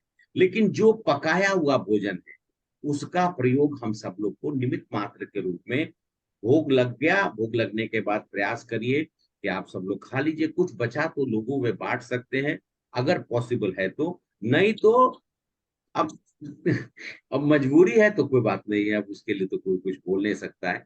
हम ही लोग हैं, ऐसा तो नहीं बोल सकते कि मैं नहीं खाता हूँ। कभी ऐसा है तो प्रसाद है सब, उसको फेंक भी नहीं सकते हैं, ऐसा भी नहीं करना है, गुनाह भी नहीं करना है। अगर दूसरे को दे दिए तो बहुत अच्छी बात है, दूसरे की भी शुद्धि होगी। हरे कृष्णा माता जी, हरे कृष्णा प्रभु जी, बोलिए आगे। जी प्रभु जी, धन्यवाद। हरे कृष्ण माता जी। कौशल नाथ प्रभु जी, आपका हैंड रेस था, आपको कुछ पूछना है तो पूछ लीजिए। प्रभु जी, मैं तो आपको और रघुनाथ प्रभु जी को, दोनों को धन्यवाद देना चाहता हूँ।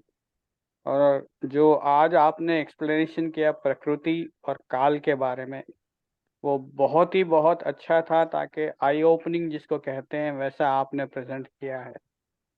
तो ये मान करके मैं चल रहा हूँ कि भगवत गीता जो रघुनाथ प्रभु जी के लेक्चर्स में हम तो ज्वाइन करते रहते हैं, और जो आपने भी जो प्रेजेंटेशन पूरा बताया है वो बहुत अच्छा नॉलेजेबल था। उसके लिए बहुत बहुत धन्यवाद आपका।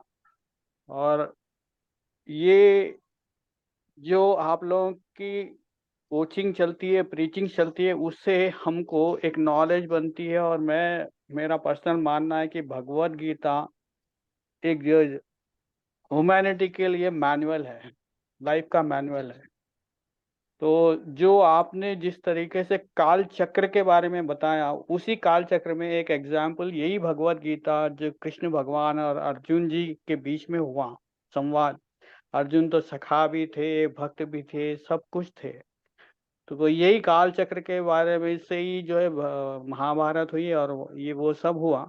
पर आखिरी में युधिष्ठिर जी अपने कर्मों के द्वारा वो स्वर्ग को गए, वो अर्जुन जी जा नहीं सके। तो ये एक एग्जाम्पल मेरे को समझ में आया जो आज आपने बताया। उससे मैं ये कंपेयर करके ये सोचा कि कितना इम्पोर्टेंट होता है। एक तो भक्ति, एक निष्काम काम करना और अपने लगन से लगे रहना एक काज को करने के लिए, और सत्य पथ पे चलते रहना। तो ये चीज मेरे को आज के आपके लेक्चर से कुछ समझ में आई है। बहुत बहुत तो धन्यवाद प्रभु जी। ये मेरा सौभाग्य है कि जो भी मैंने आप लोगों को बताया इन 6 दिनों में, उससे आप शास्त्र विद्या जो है सो कहीं ना कहीं बेहतर समझ पाए। और मैं प्रार्थना करूंगा कि इसी प्रकार से आप भक्ति मार्ग पे जो है सो अग्रसर होते हुए शास्त्रों का गहन अध्ययन करें और ज्ञान प्राप्त करते हुए धीरे धीरे अपने इंद्रियों से वैराग्य प्राप्त करें, जिससे भक्ति जो है सो आपके जीवन में उज्ज्वल हो। तो बहुत बहुत धन्यवाद कौशलनाथ प्रभु जी। धन्यवाद प्रभु जी, बहुत बहुत हाँ धन्यवाद। माता जी, आपने हैंड रेज किया था पूछने के लिए। प्रभु जी, आप सबको दीपावली की बहुत बहुत सारी शुभकामनाएं। और माता जी और प्रभु जी जितने भी उपस्थित हो, उन सबको दिवाली की हार्दिक शुभकामनाएं। और आपसे जुड़े रहने के लिए हमें कृपया मार्गदर्शन करें। जी माता जी, आपको बहुत बहुत धन्यवाद दिवाली की शुभकामनाओं के लिए। आपको भी हार्दिक शुभकामनाएं दीपावली और नरक चतुर्दशी के लिए। तो आगे का मार्ग यही है कि जो ज्ञान अभी आपने प्राप्त किया है, इससे भगवद गीता के लिए कहीं ना कहीं, हमारे शास्त्रों के लिए कहीं ना कहीं रुचि उत्पन्न हुई होगी। मैं प्रार्थना यही करता हूँ। आगे का मार्ग ये है कि कुछ दिनों के बाद ही 18 तारीख से जो है सो एक नया मार्ग आप सभी के लिए जो है सो खुल गया है। और वो मार्ग थोड़ा लंबा है, यह 6 दिवस का था और वो 6 मास का है। तो उस 6 मास में जो है सो भगवत गीता का पूर्ण अध्ययन जो है सो हमारे गुरु आचार्य जन जो है सो 3 भाषाओं में करा रहे हैं। और रघुनाथपुरी प्रभु जी जो है सो उसमें भगवत गीता को श्लोक श्लोक के माध्यम से जो है सो आपको ज्ञान देने का प्रयास करेंगे। और इससे अच्छा उपाय कहीं मिलेगा नहीं। क्यों मैं बता रहा हूँ, देखिए कि इस्कॉन संस्थान से जुड़े रहने के बाद कई सारे ऐसे जो है सो पाठ्यक्रम जो है सो उपलब्ध कराए जाते हैं। भक्ति शास्त्री होती है, जो इस्कॉन डिसाइपल कोर्स होता है, भक्ति वैभव होता है, भक्ति वेदांत, भक्ति सर्वभौम, ऐसे कई सारे अन्य कोर्स होते हैं जिसमें कि अलग अलग शास्त्रों का अध्ययन होता है। और भगवत गीता में उसमें भक्ति शास्त्री में उसमें जो है सो जोड़ा गया है। उसमें उपनिषद ईशोपनिषद भी है और भक्ति रसामृत सिंधु उपदेशामृत ऐसे अन्य अन्य शास्त्र हैं। ये जो सत्र शुरू हो रहा है 18 तारीख से, ये पूर्ण रूप से भगवत गीता पर आधारित है। लेकिन इसका मतलब ये नहीं कि केवल भगवत गीता से ही जुड़ा होगा। इसमें जब हमारे गुरुजन आप लोगों को समझाएंगे, श्लोकों का अनुवाद और उसका जो भाव है जब समझाएंगे, तो उसमें और भी जगह से जो ज्ञान उन्होंने प्राप्त किया है वो भी जोड़ करके बताएंगे। तो पूर्णतः जो शास्त्रिक ज्ञान है वो प्राप्त करने का जो है सो मार्ग आप लोगों को दिखाई देगा।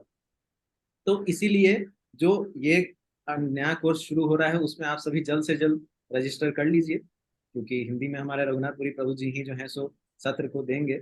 और बहुत अच्छे वक्ता हैं और उनके जो ज्ञान है उससे जो है हम सभी प्रतिदिन जो है सो प्रेरित होते हैं और सीखते हैं कुछ ना कुछ। तो आप सभी से भी यही मेरी निवेदन रहेगी कि आगे आप लोग भी जो है सो इस पाठ्यक्रम से जुड़ के और प्रभु जी के ज्ञान को श्रवण करें। तो यही मेरा आप सभी के लिए, आपके लिए जो है सो सजेशन है। और बाकी भक्ति में कार्य आगे बढ़ाने के लिए नाम जपन करना, तुलसी माला आपने ऑलरेडी धारण कर लिया है, तो नाम जप करते रहिए। भगवान की सेवा में नाम जप करना जो है सो सबसे उत्तम सेवा है। और शास्त्र श्रवण करने का मौका आप सभी को हफ्ते में 3 दिन 18 तारीख से मिलेगा ही, तो आपके श्रवण भी जो है सो आपका होता रहेगा। जप करने में दिक्कत हो तो हमारा जो सुबह का मॉर्निंग जपा सेशन है, आप लोग उसमें जुड़ सकते हैं। उसके लिए एक अलग ग्रुप है जिसमें अगर आपको इच्छा हो तो आप जुड़ सकते हैं। उसका लिंक भी जो है सो हम लोग दे देंगे। तो बहुत बहुत धन्यवाद आदि आपका इस सत्र में आने के लिए। ढेर सारा आशीष, मैं आशीर्वाद आपको और आपके सभी परिवारजन को, और यहाँ पर उपस्थित हमारी जितनी भी माताएं हैं, प्रभु जी हैं, सभी के परिवार और सभी को ढेर सारी शुभकामनाएं। और दिवाली का अवसर है ये कार्तिक मास के लिए। कार्तिक मास में क्योंकि माता राधा रानी का महिमा है, राधा रानी का महीना है, तो आप सब लोग को ढेर सारी दीपदान का भी आशीर्वाद सब लोग को मिलता रहे। हरे कृष्णा। श्रीपाद कुमार प्रभु जी ने ग्रुप में चैट में जो है सो प्रश्न पूछा है कि इस्कॉन लगभग 50 वर्ष पहले बनाया गया था, लेकिन उसके पहले किस प्रकार से ज्ञान को जो है सो दिया जाता था, किस प्रकार से प्रीचिंग होती थी। अच्छा, तो प्रभु जी उस समय जूम क्लास और किसी प्रकार का तकनीक नहीं था, ये तो बात सही है। तो उस समय गुरु शिष्य परंपरा जो है सो वो चलती थी, और उस माध्यम से जो है सो ज्ञान जो है सो आगे दिया जाता था, प्रदान किया जाता था। गुरु शिष्य परंपरा कैसी होती थी कि मौखिक रूप में जो है सो ज्ञान सिखाया जाता था, और उसको जो शिष्य है गुरु के वचनों को भगवान के वचन समझ करके अपने कानों में जो है सो ग्रहण करते थे। तो वो ग्रहण कान से नहीं, हृदय से करते थे, क्योंकि भगवान के वचन समझते थे। आजकल के लोग जो है सो गुरु को तो भगवान समझते ही नहीं है, जबकि भगवान कृष्ण स्वयं बोलते हैं कि जो प्रामाणिक गुरु होता है वो स्वयं मेरा ही रूप होता है। श्री प्रभुपाद ने यही कहा है कि जो गुरु होता है, प्रामाणिक गुरु, वो भगवान के समान है, और उसके वचनों को हमें उसी प्रकार सुनना चाहिए। तो उसी के प्रकार से जो है सो ज्ञान जो है सो प्रदान किया जाता था। वो लोग मौखिक रूप से गुरु परंपरा के आधार पर ज्ञान को जो है सो अर्जित करते थे, और उसी परंपरा से जो है सो आज होते होते हम लोग जूम पर इस परंपरा को आगे बढ़ा रहे हैं। प्रभु जी के सेंटेंस को सब्सटेंशिएट करने के लिए, गुरु गोविंद दो खड़े काको लागू पाए, गुरु बलिहारी गुरु आपने गोविंद दियो बताए। तो प्रभु ने जैसा बताया कि भगवान गोविंद को जानना है तो गुरु का शरण तो लेना ही पड़ेगा, और गुरु के बिना गोविंद नहीं मिले। ये बहुत अच्छी चीज के ऊपर में प्रभु ने फोकस किया और बताया भी कि गुरु के बिना तो हमें ज्ञान प्राप्त नहीं होगा। तो इसलिए हम सब लोग को जैसा प्रभु कहा कि परंपरा में आजकल तो जूम प्लेटफॉर्म है, घर में बैठे बैठे आप ज्ञान प्राप्त करिए। गुरुओं के संग है, आप यूट्यूब है वहां पे चले जाइए, उनके वचनों को सुनिए। अत्यंत रमणीय भी बोल सकते हैं, ज्ञान ज्ञान के रूप में भी चक्षु हमारी खुलती है और आनंद भी आता है।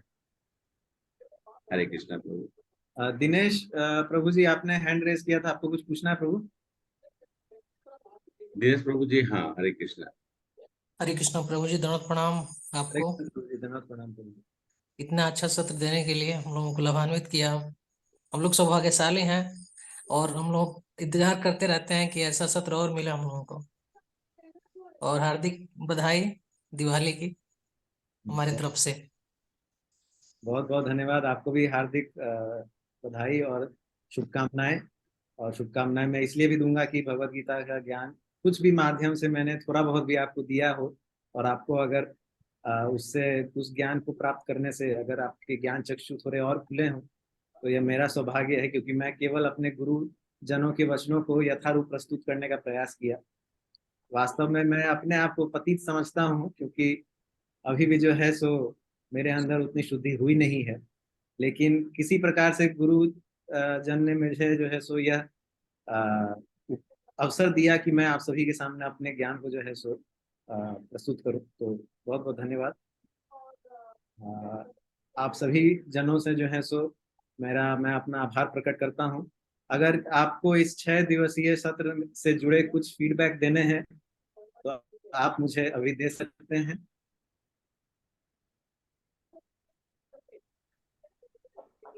हरे कृष्ण प्रभु जी। हरे कृष्ण माता जी। दंडवत प्रणाम। प्रभु जी बहुत अच्छे से, बहुत अच्छा लगा आपका ये 6 दिवसीय में। तो मुझे ऐसा लग रहा है पता नहीं मैं कैसे कि आप लोगों से जुड़ गई, लेकिन वो सब कृष्ण की प्रभु इनकी इच्छा थी। लेकिन मुझे बहुत अच्छा लगा और मैं आगे भी आपसे हमेशा जुड़ी रहना चाहूंगी प्रभु जी। धन्यवाद। जी बहुत बहुत धन्यवाद। हमारा गौरंग वाणी जो टीम है इस्कॉन एबिट्स हैदराबाद के मंदिर से जो है सो भगवान की भक्ति और उनके वचनों को, हमारे गुरु आचार्य श्री प्रभुपाद के वचनों को सब जगह फैलाने का प्रयास कर रहा है। जूम के माध्यम से हम लोग ऑनलाइन टीचिंग कर रहे हैं और जो भी जितने भी लोग हम लोग से हमारे सत्रों में जुड़ते हैं, हम उनसे प्रयास करते हैं ये कहने का कि आप सभी जो है सो गौरंग वाणी के रूप से भी जुड़े। तो हमारा जो प्रतिदिन दैनिक सत्र जो होता है सुबह के समय में होता है, बहुत अच्छा सत्र होता है। और जो हमारे श्रेष्ठ गुरुवर हैं वे लोग आकर के चर्चा करते हैं। जपा सेशन भी होता है, अंग्रेजी हिंदी तेलुगु में भी जो है सो उपलब्ध होता है। तो जो भी लोग हैं, अगर आप लोग आगे भी जो है सो अपनी भक्तिमय जीवन में हमसे जुड़ना चाहते हैं तो गौरंग वाणी टीम से जो है सो जुड़े। हमारा यूट्यूब चैनल भी है और व्हाट्सएप ग्रुप का जो लिंक है वो हम लोग जो अभी का जो ग्रुप है उसमें प्रदान कर देंगे। जी प्रभु जी बिल्कुल। हाँ, हरे कृष्णा प्रभु जी। सुबह का जो होता है क्लास, उसमें मैं हिंदी में ज्वाइन होती हूँ, रोज सुनती हूँ। बहुत बहुत धन्यवाद माता जी। प्रभु जी मुझे ने- अच्छा लगता है, जितना एक्सप्लेन इतना अच्छे से करते हैं प्रभु जी कि बहुत कुछ अच्छा लगता है, बहुत कुछ समझ में आता है। जी जी माता जी। हरे कृष्णा प्रभु हाँ जी, और प्रभु जी, दिवाली की शुभकामनाएं। बहुत प्रभु जी, बहुत जी माता जी। जी जी प्रभु जी, दंडवत प्रणाम। मैं नमस्कार। बोल रही थी ना प्रभु जी की सुबह वाली जो सत्र है ना उसमें मैं जुड़ी हूँ, लेकिन उसमें तेलुगु में जुड़ गई हूँ, तो उसका हिंदी का लिंक थोड़ा सा दे दीजिएगा क्या? तो तेलुगु में सिर्फ Actually, जापा ही कर सकती हूँ और कुछ हो नहीं पाता है, समझ नहीं पाती हूँ मैं। उसका एक ही जूम सेशन चलता है और अच्छा। उसमें हिंदी हाँ। अंग्रेजी और तेलुगु तीनों में जो है सो सत्र दिए जाते हैं। जो हिंदी वाले सत्र हैं वो रघुनाथपुरी प्रभु जी पहले थोड़ा सा संक्षिप्त में आप लोगों को देते हैं और उसके बाद तेलुगु में सत्र चलती है, क्योंकि तेलुगु के ज्यादा अच्छा। भक्तजन हैं। यदि हिंदी के भक्त ज्यादा जुड़ेंगे तो उसमें सेपरेट अलग से हिंदी का भी उपलब्ध कराया जा सकता है। उसके लिए हम लोग एक बार आपस में जो है सो चर्चा कर लेंगे। लेकिन अगर आप लोगों को सेपरेट हिंदी में चाहिए तो आप लोग ज्यादा से ज्यादा मात्रा में जो है सो जुड़िए। उससे क्या होगा, हम लोग भी ये बात बता पाएंगे कि हाँ ज्यादा हिंदी के लोग हो रहे हैं, तो सेपरेट हम लोग हिंदी में भी जो है सो एक सत्र और कराएं। प्रभु जी का मैं देखती हूँ वो हिंदी में बोलते हैं, लेकिन बहुत सारे जन वो उसमें तेलुगु बोलते हैं तो मेरे को समझ नहीं आती, तो फिर मैं हट जाती हूँ। अच्छा, उसमें जापा वाला में शायद 11 माला ही हो रहा है ना सुबह में? मैं करती हूँ डेली सुबह कार्तिक स्नान करने के बाद उस समय। तो जापा अभी 11 माला ही हो रहा है ना प्रभु हाँ, जी? सभी लोग जो हैं वास्तव में अलग अलग हाँ। जगह कार्यरत हैं। तो क्या होता है कि सुबह का जो सभी का जो लेक्चर है, जो कथा वो लोग हाँ। करते हैं, 6 साढ़े 6 बजे से मोटा मोटी शुरू करना पड़ता है। नहीं तो क्या है कि हमारे रघुनाथपुरी प्रभु जी को भी 8 बजे ऑफिस जाना है। और अच्छा। अभी अन्य लोग जो गोवर्धन गिरिवर प्रभु हैं, श्री ऋषिकेश प्रभु हैं, गंगा पालक प्रभु हैं, वर्ध कृष्णा प्रभु हैं, हाँ। सभी हाँ। लोग जो है उन लोगों को जो है सो कहीं ना कहीं अपने अपने कार्यों पर लगने के लिए जाना होता है। तो इसीलिए जो 4:30 का जो समय होता है उस समय से जो है सो जपा शुरू हो जाती है। चार हाँ। साढ़े जो भी समय है, और उसके फिर 5-10 जो 5 बजे से शायद शुरू। जब हमारा जो ये सत्र शुरू होता है, लगभग हाँ, लगभग 6 बजे तक, 6 सवा 6 तक जो है सो 6:15 जपा। तक। हाँ, 6:15 तक जपा होता है। तो उस समय में आप जप करके 11 माला पूरा हाँ। जो मन से है वो आप कर सकते हैं। ठीक है, उसके हाँ वो बाद तो कर के समय हाँ वो पर तो करती हूँ सुबह में। हाँ तो हो तो जाए। उसका और उसका जो 16 माला का कोई वीडियो रिकॉर्डिंग वगैरह कुछ है क्या? मतलब गुरु जी के मुख से जो निकल रहे हैं क्या वैसा कुछ जो यूट्यूब वगैरह में वो या कुछ? यूट्यूब पे रहता है, वो यूट्यूब पे ऑलरेडी है। आपको अच्छा, चाहिए तो यूट्यूब। link मैं ग्रुप में डाल दूंगा आपके लिए। हाँ, लिंक डालिएगा ना प्रभु जी, लिंक जी डाल दीजिएगा ना, तो आराम होता है उनसे, उनके साथ साथ करने से ना थोड़ा सा अच्छा जल्दी जल्दी भी हो जाता है ऐसे। जरूर जरूर जरूर जरूर। हाँ, तो आप उसका लिंक खाली बस दे दीजिएगा, हाँ हाँ जरूर क्योंकि मैम। सुबह में 11 माला तक ही हो पाता है, फिर नहीं हो पाता है मेरे से, इसलिए। नहीं नहीं नहीं, ठीक मैं है। प्रोवाइड कर दूंगा। जी, ठीक है, धन्यवाद प्रभु जी, बहुत बहुत धन्यवाद। और दीपावली का आप सभी को बहुत शुभकामनाएं। आपको भी माता जी दंडवत जय। प्रणाम प्रभु जी, हरे दंडवत कृष्ण। प्रणाम। हरे कृष्ण। बहुत अच्छा हरे लगा। कृष्णा प्रभु जी। हरे कृष्ण माता जी। सुबह आप जैसे बोल रहे थे, तो कितने बजे का टाइमिंग रहता है? सुबह माता जी आपको जप करना है तो वो लगभग 4:30 पौने 5 या 5 के आसपास शुरू होती है। तो जपा सेशन उस समय चलते रहेगा, आप जप कर सकते हैं। जो कथा होती है वो 6:30 से शुरू होती है और 6 सवा 6 तक जप होती है। उसके बाद जो है सो थोड़ा हमारे भक्तजन कीर्तन करते हैं और फिर उसके बाद जो है सो जो कथा होती है हिंदी में, तेलुगु में, अंग्रेजी में, जैसे भी वो वैसे किया जाता प्रभु जी, एक्चुअली हमारे सेंटर पे हम लोग जाते हैं सुबह 5 बजे, है। और वहाँ पे हम लोग जपा करते हैं और वैसे ही ज्वाइन हो जाते हैं लोकनाथ स्वामी महाराज के इसमें बस वो सेंटर ठीक पे है। ही। और उसके बाद में हम मंगल आरती वगैरह करते हैं, तो हमको 7:30 वैसे बज जाते हैं। तो ठीक है, आप हाँ ऑलरेडी सुबह के सत्र में जुड़ी हुई है माता जी ना, तो आपको जुड़े। वहां से कथा भी हो रही है और सब कुछ हो रहा है। हमारा अगर आपको जो कोर्सेज है, जो गीता कोर्स है या जो भी है, आप उससे जो है सो जुड़ जाइए। और जो सैटरडे संडे का, शनिवार रविवार का समय होता है, उसमें कभी कभी जो, जैसा कि रघुनाथपुरी प्रभु जी बताते हैं, प्रभुपाद लीलामृत पे भी चर्चा होती है और प्रभुपाद अच्छा अच्छा। खुद जो है सो उसको प्रदान करते हैं। तो उस सत्रों में भी आप जुड़ सकते हैं। देखिए, आपके समय अनुसार जो है सो आप कार्य करिए। अगर आप पहले से जो है सो मंदिर जा करके वहां पर परम पूज्य लोकनाथ स्वामी महाराज के सत्रों से जुड़ रही हैं तो ठीक है, वो भी अच्छा है। वही उत्तम कार्य आप ऑलरेडी कर ही रही हैं। लेकिन हाँ, अगर आपको लग रहा है ऐसा कि यहाँ पर जो है सो आपको ज्यादा अच्छा और आनंदित महसूस हो रहा है, तो फिर आप यहाँ के सत्रों में ज्वाइन करिए। नहीं तो ये जो हमारा पाठ्यक्रम चलने वाला है गीता का, उसमें आ जाइए। जी, मैं कोशिश करूंगी कि कभी आपसे वहां पे भी जुड़ूं। पर कैसे फिर वो है ना, सुबह पूरे माला हो जाती है तो पूरा दिन अच्छे चल जाता है। बिल्कुल बिल्कुल वही है। माला जो है सो हमें सुबह सुबह कर लेना है, क्योंकि उसके बाद जो सुबह में माला होती है वो भगवान के प्रेम के लिए होती है। लेकिन जो बाद में माला होती है वो बस माला पूरा करने के लिए। ठीक है, तो इसीलिए ये चीज जो है सो याद हम्म। रखना। बहुत अच्छा बोला प्रभु जी ने। सुबह का माला कृष्ण के लिए, बाद का माला अपने लिए।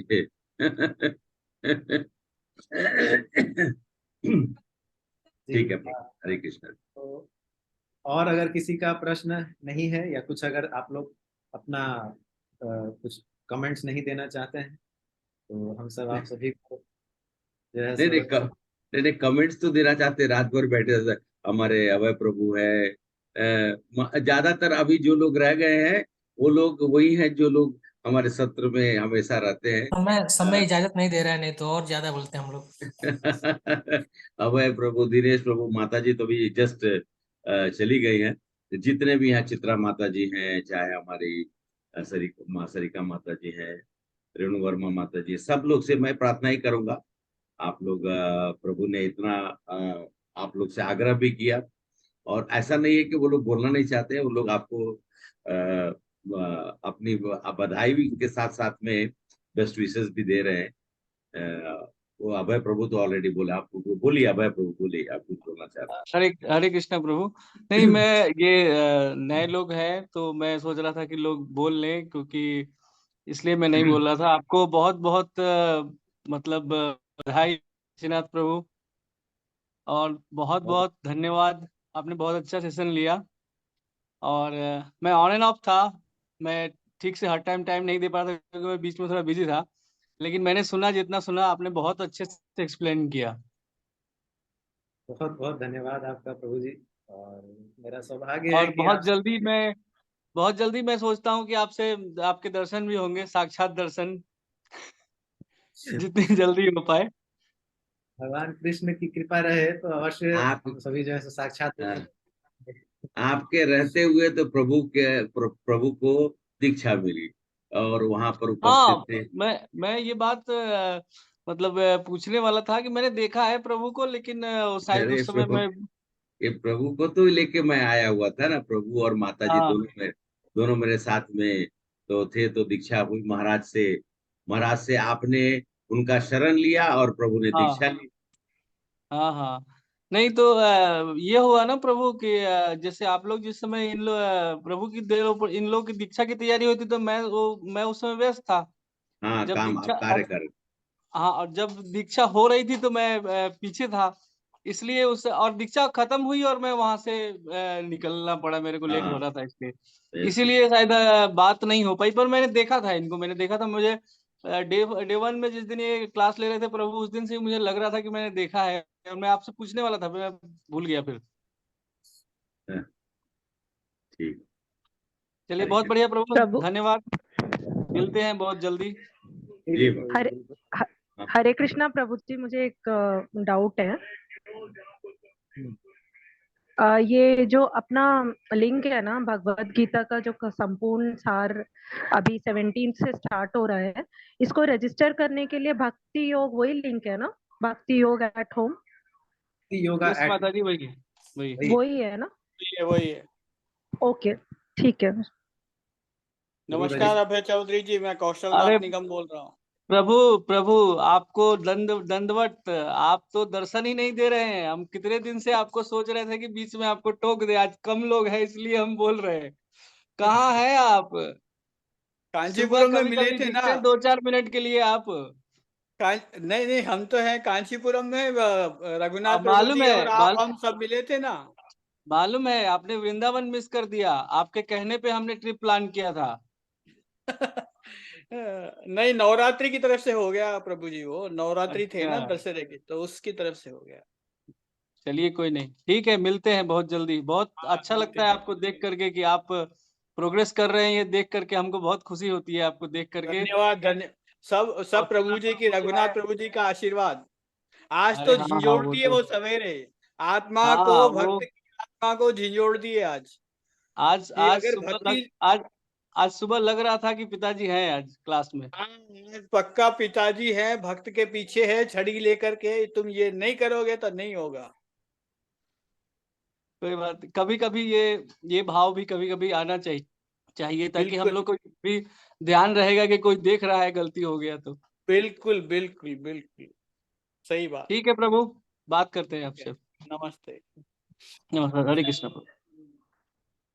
हरे कृष्णा प्रभु हरे जी, कृष्णा प्रभु जी। वो जो हरे कृष्णा वो जो माता सुबह जी के बोलिए। सुबह जो लेक्चर अभी आज जिसकी सब लोग बात कर रहे हैं, तो वो उसकी रिकॉर्डिंग मिल सकती क्या? रिकॉर्डिंग मिल जाएगी। प्रभु जी जो है सो रिकॉर्ड करते हैं सारे सत्रों में, रिकॉर्डिंग माता जी, यूट्यूब चैनल पे आप सर्च कर सकते हैं। गौरांग वाणी, माता जी गौरांग वाणी करके आप सिलेक्ट चूज करिए, उसमें आपको लेक्चर आज सुबह का मिल जाएगा। गौरंग वाणी, हाँ, गौरांग, ठीक है, धन्यवाद प्रभु जी। हाँ वाणी, हाँ, हाँ, गौरांग, GAURANGA, गौरांग वाणी, वाणी, VANI हाँ, वाणी। सॉरी माता जी, आप ऐसा भी कर सकते हैं कि जो लिंक आपको इस क्लास का जो ये मिलेगा ना, उसी पे चैनल पे जाइए और वहां पे आप लाइव सेशन सर्च कर लीजिए, मिल जाएगा।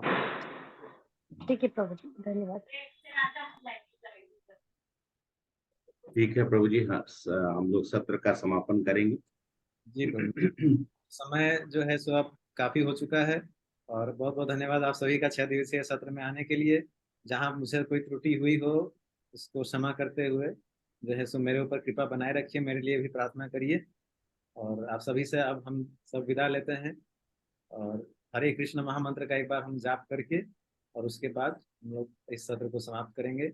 हरे कृष्णा हरे कृष्णा, हरे कृष्णा कृष्णा कृष्णा हरे हरे हरे, हरे, हरे हरे राम राम हरे हरे राम, राम, राम राम राम राम हरे हरे हरे। हरे।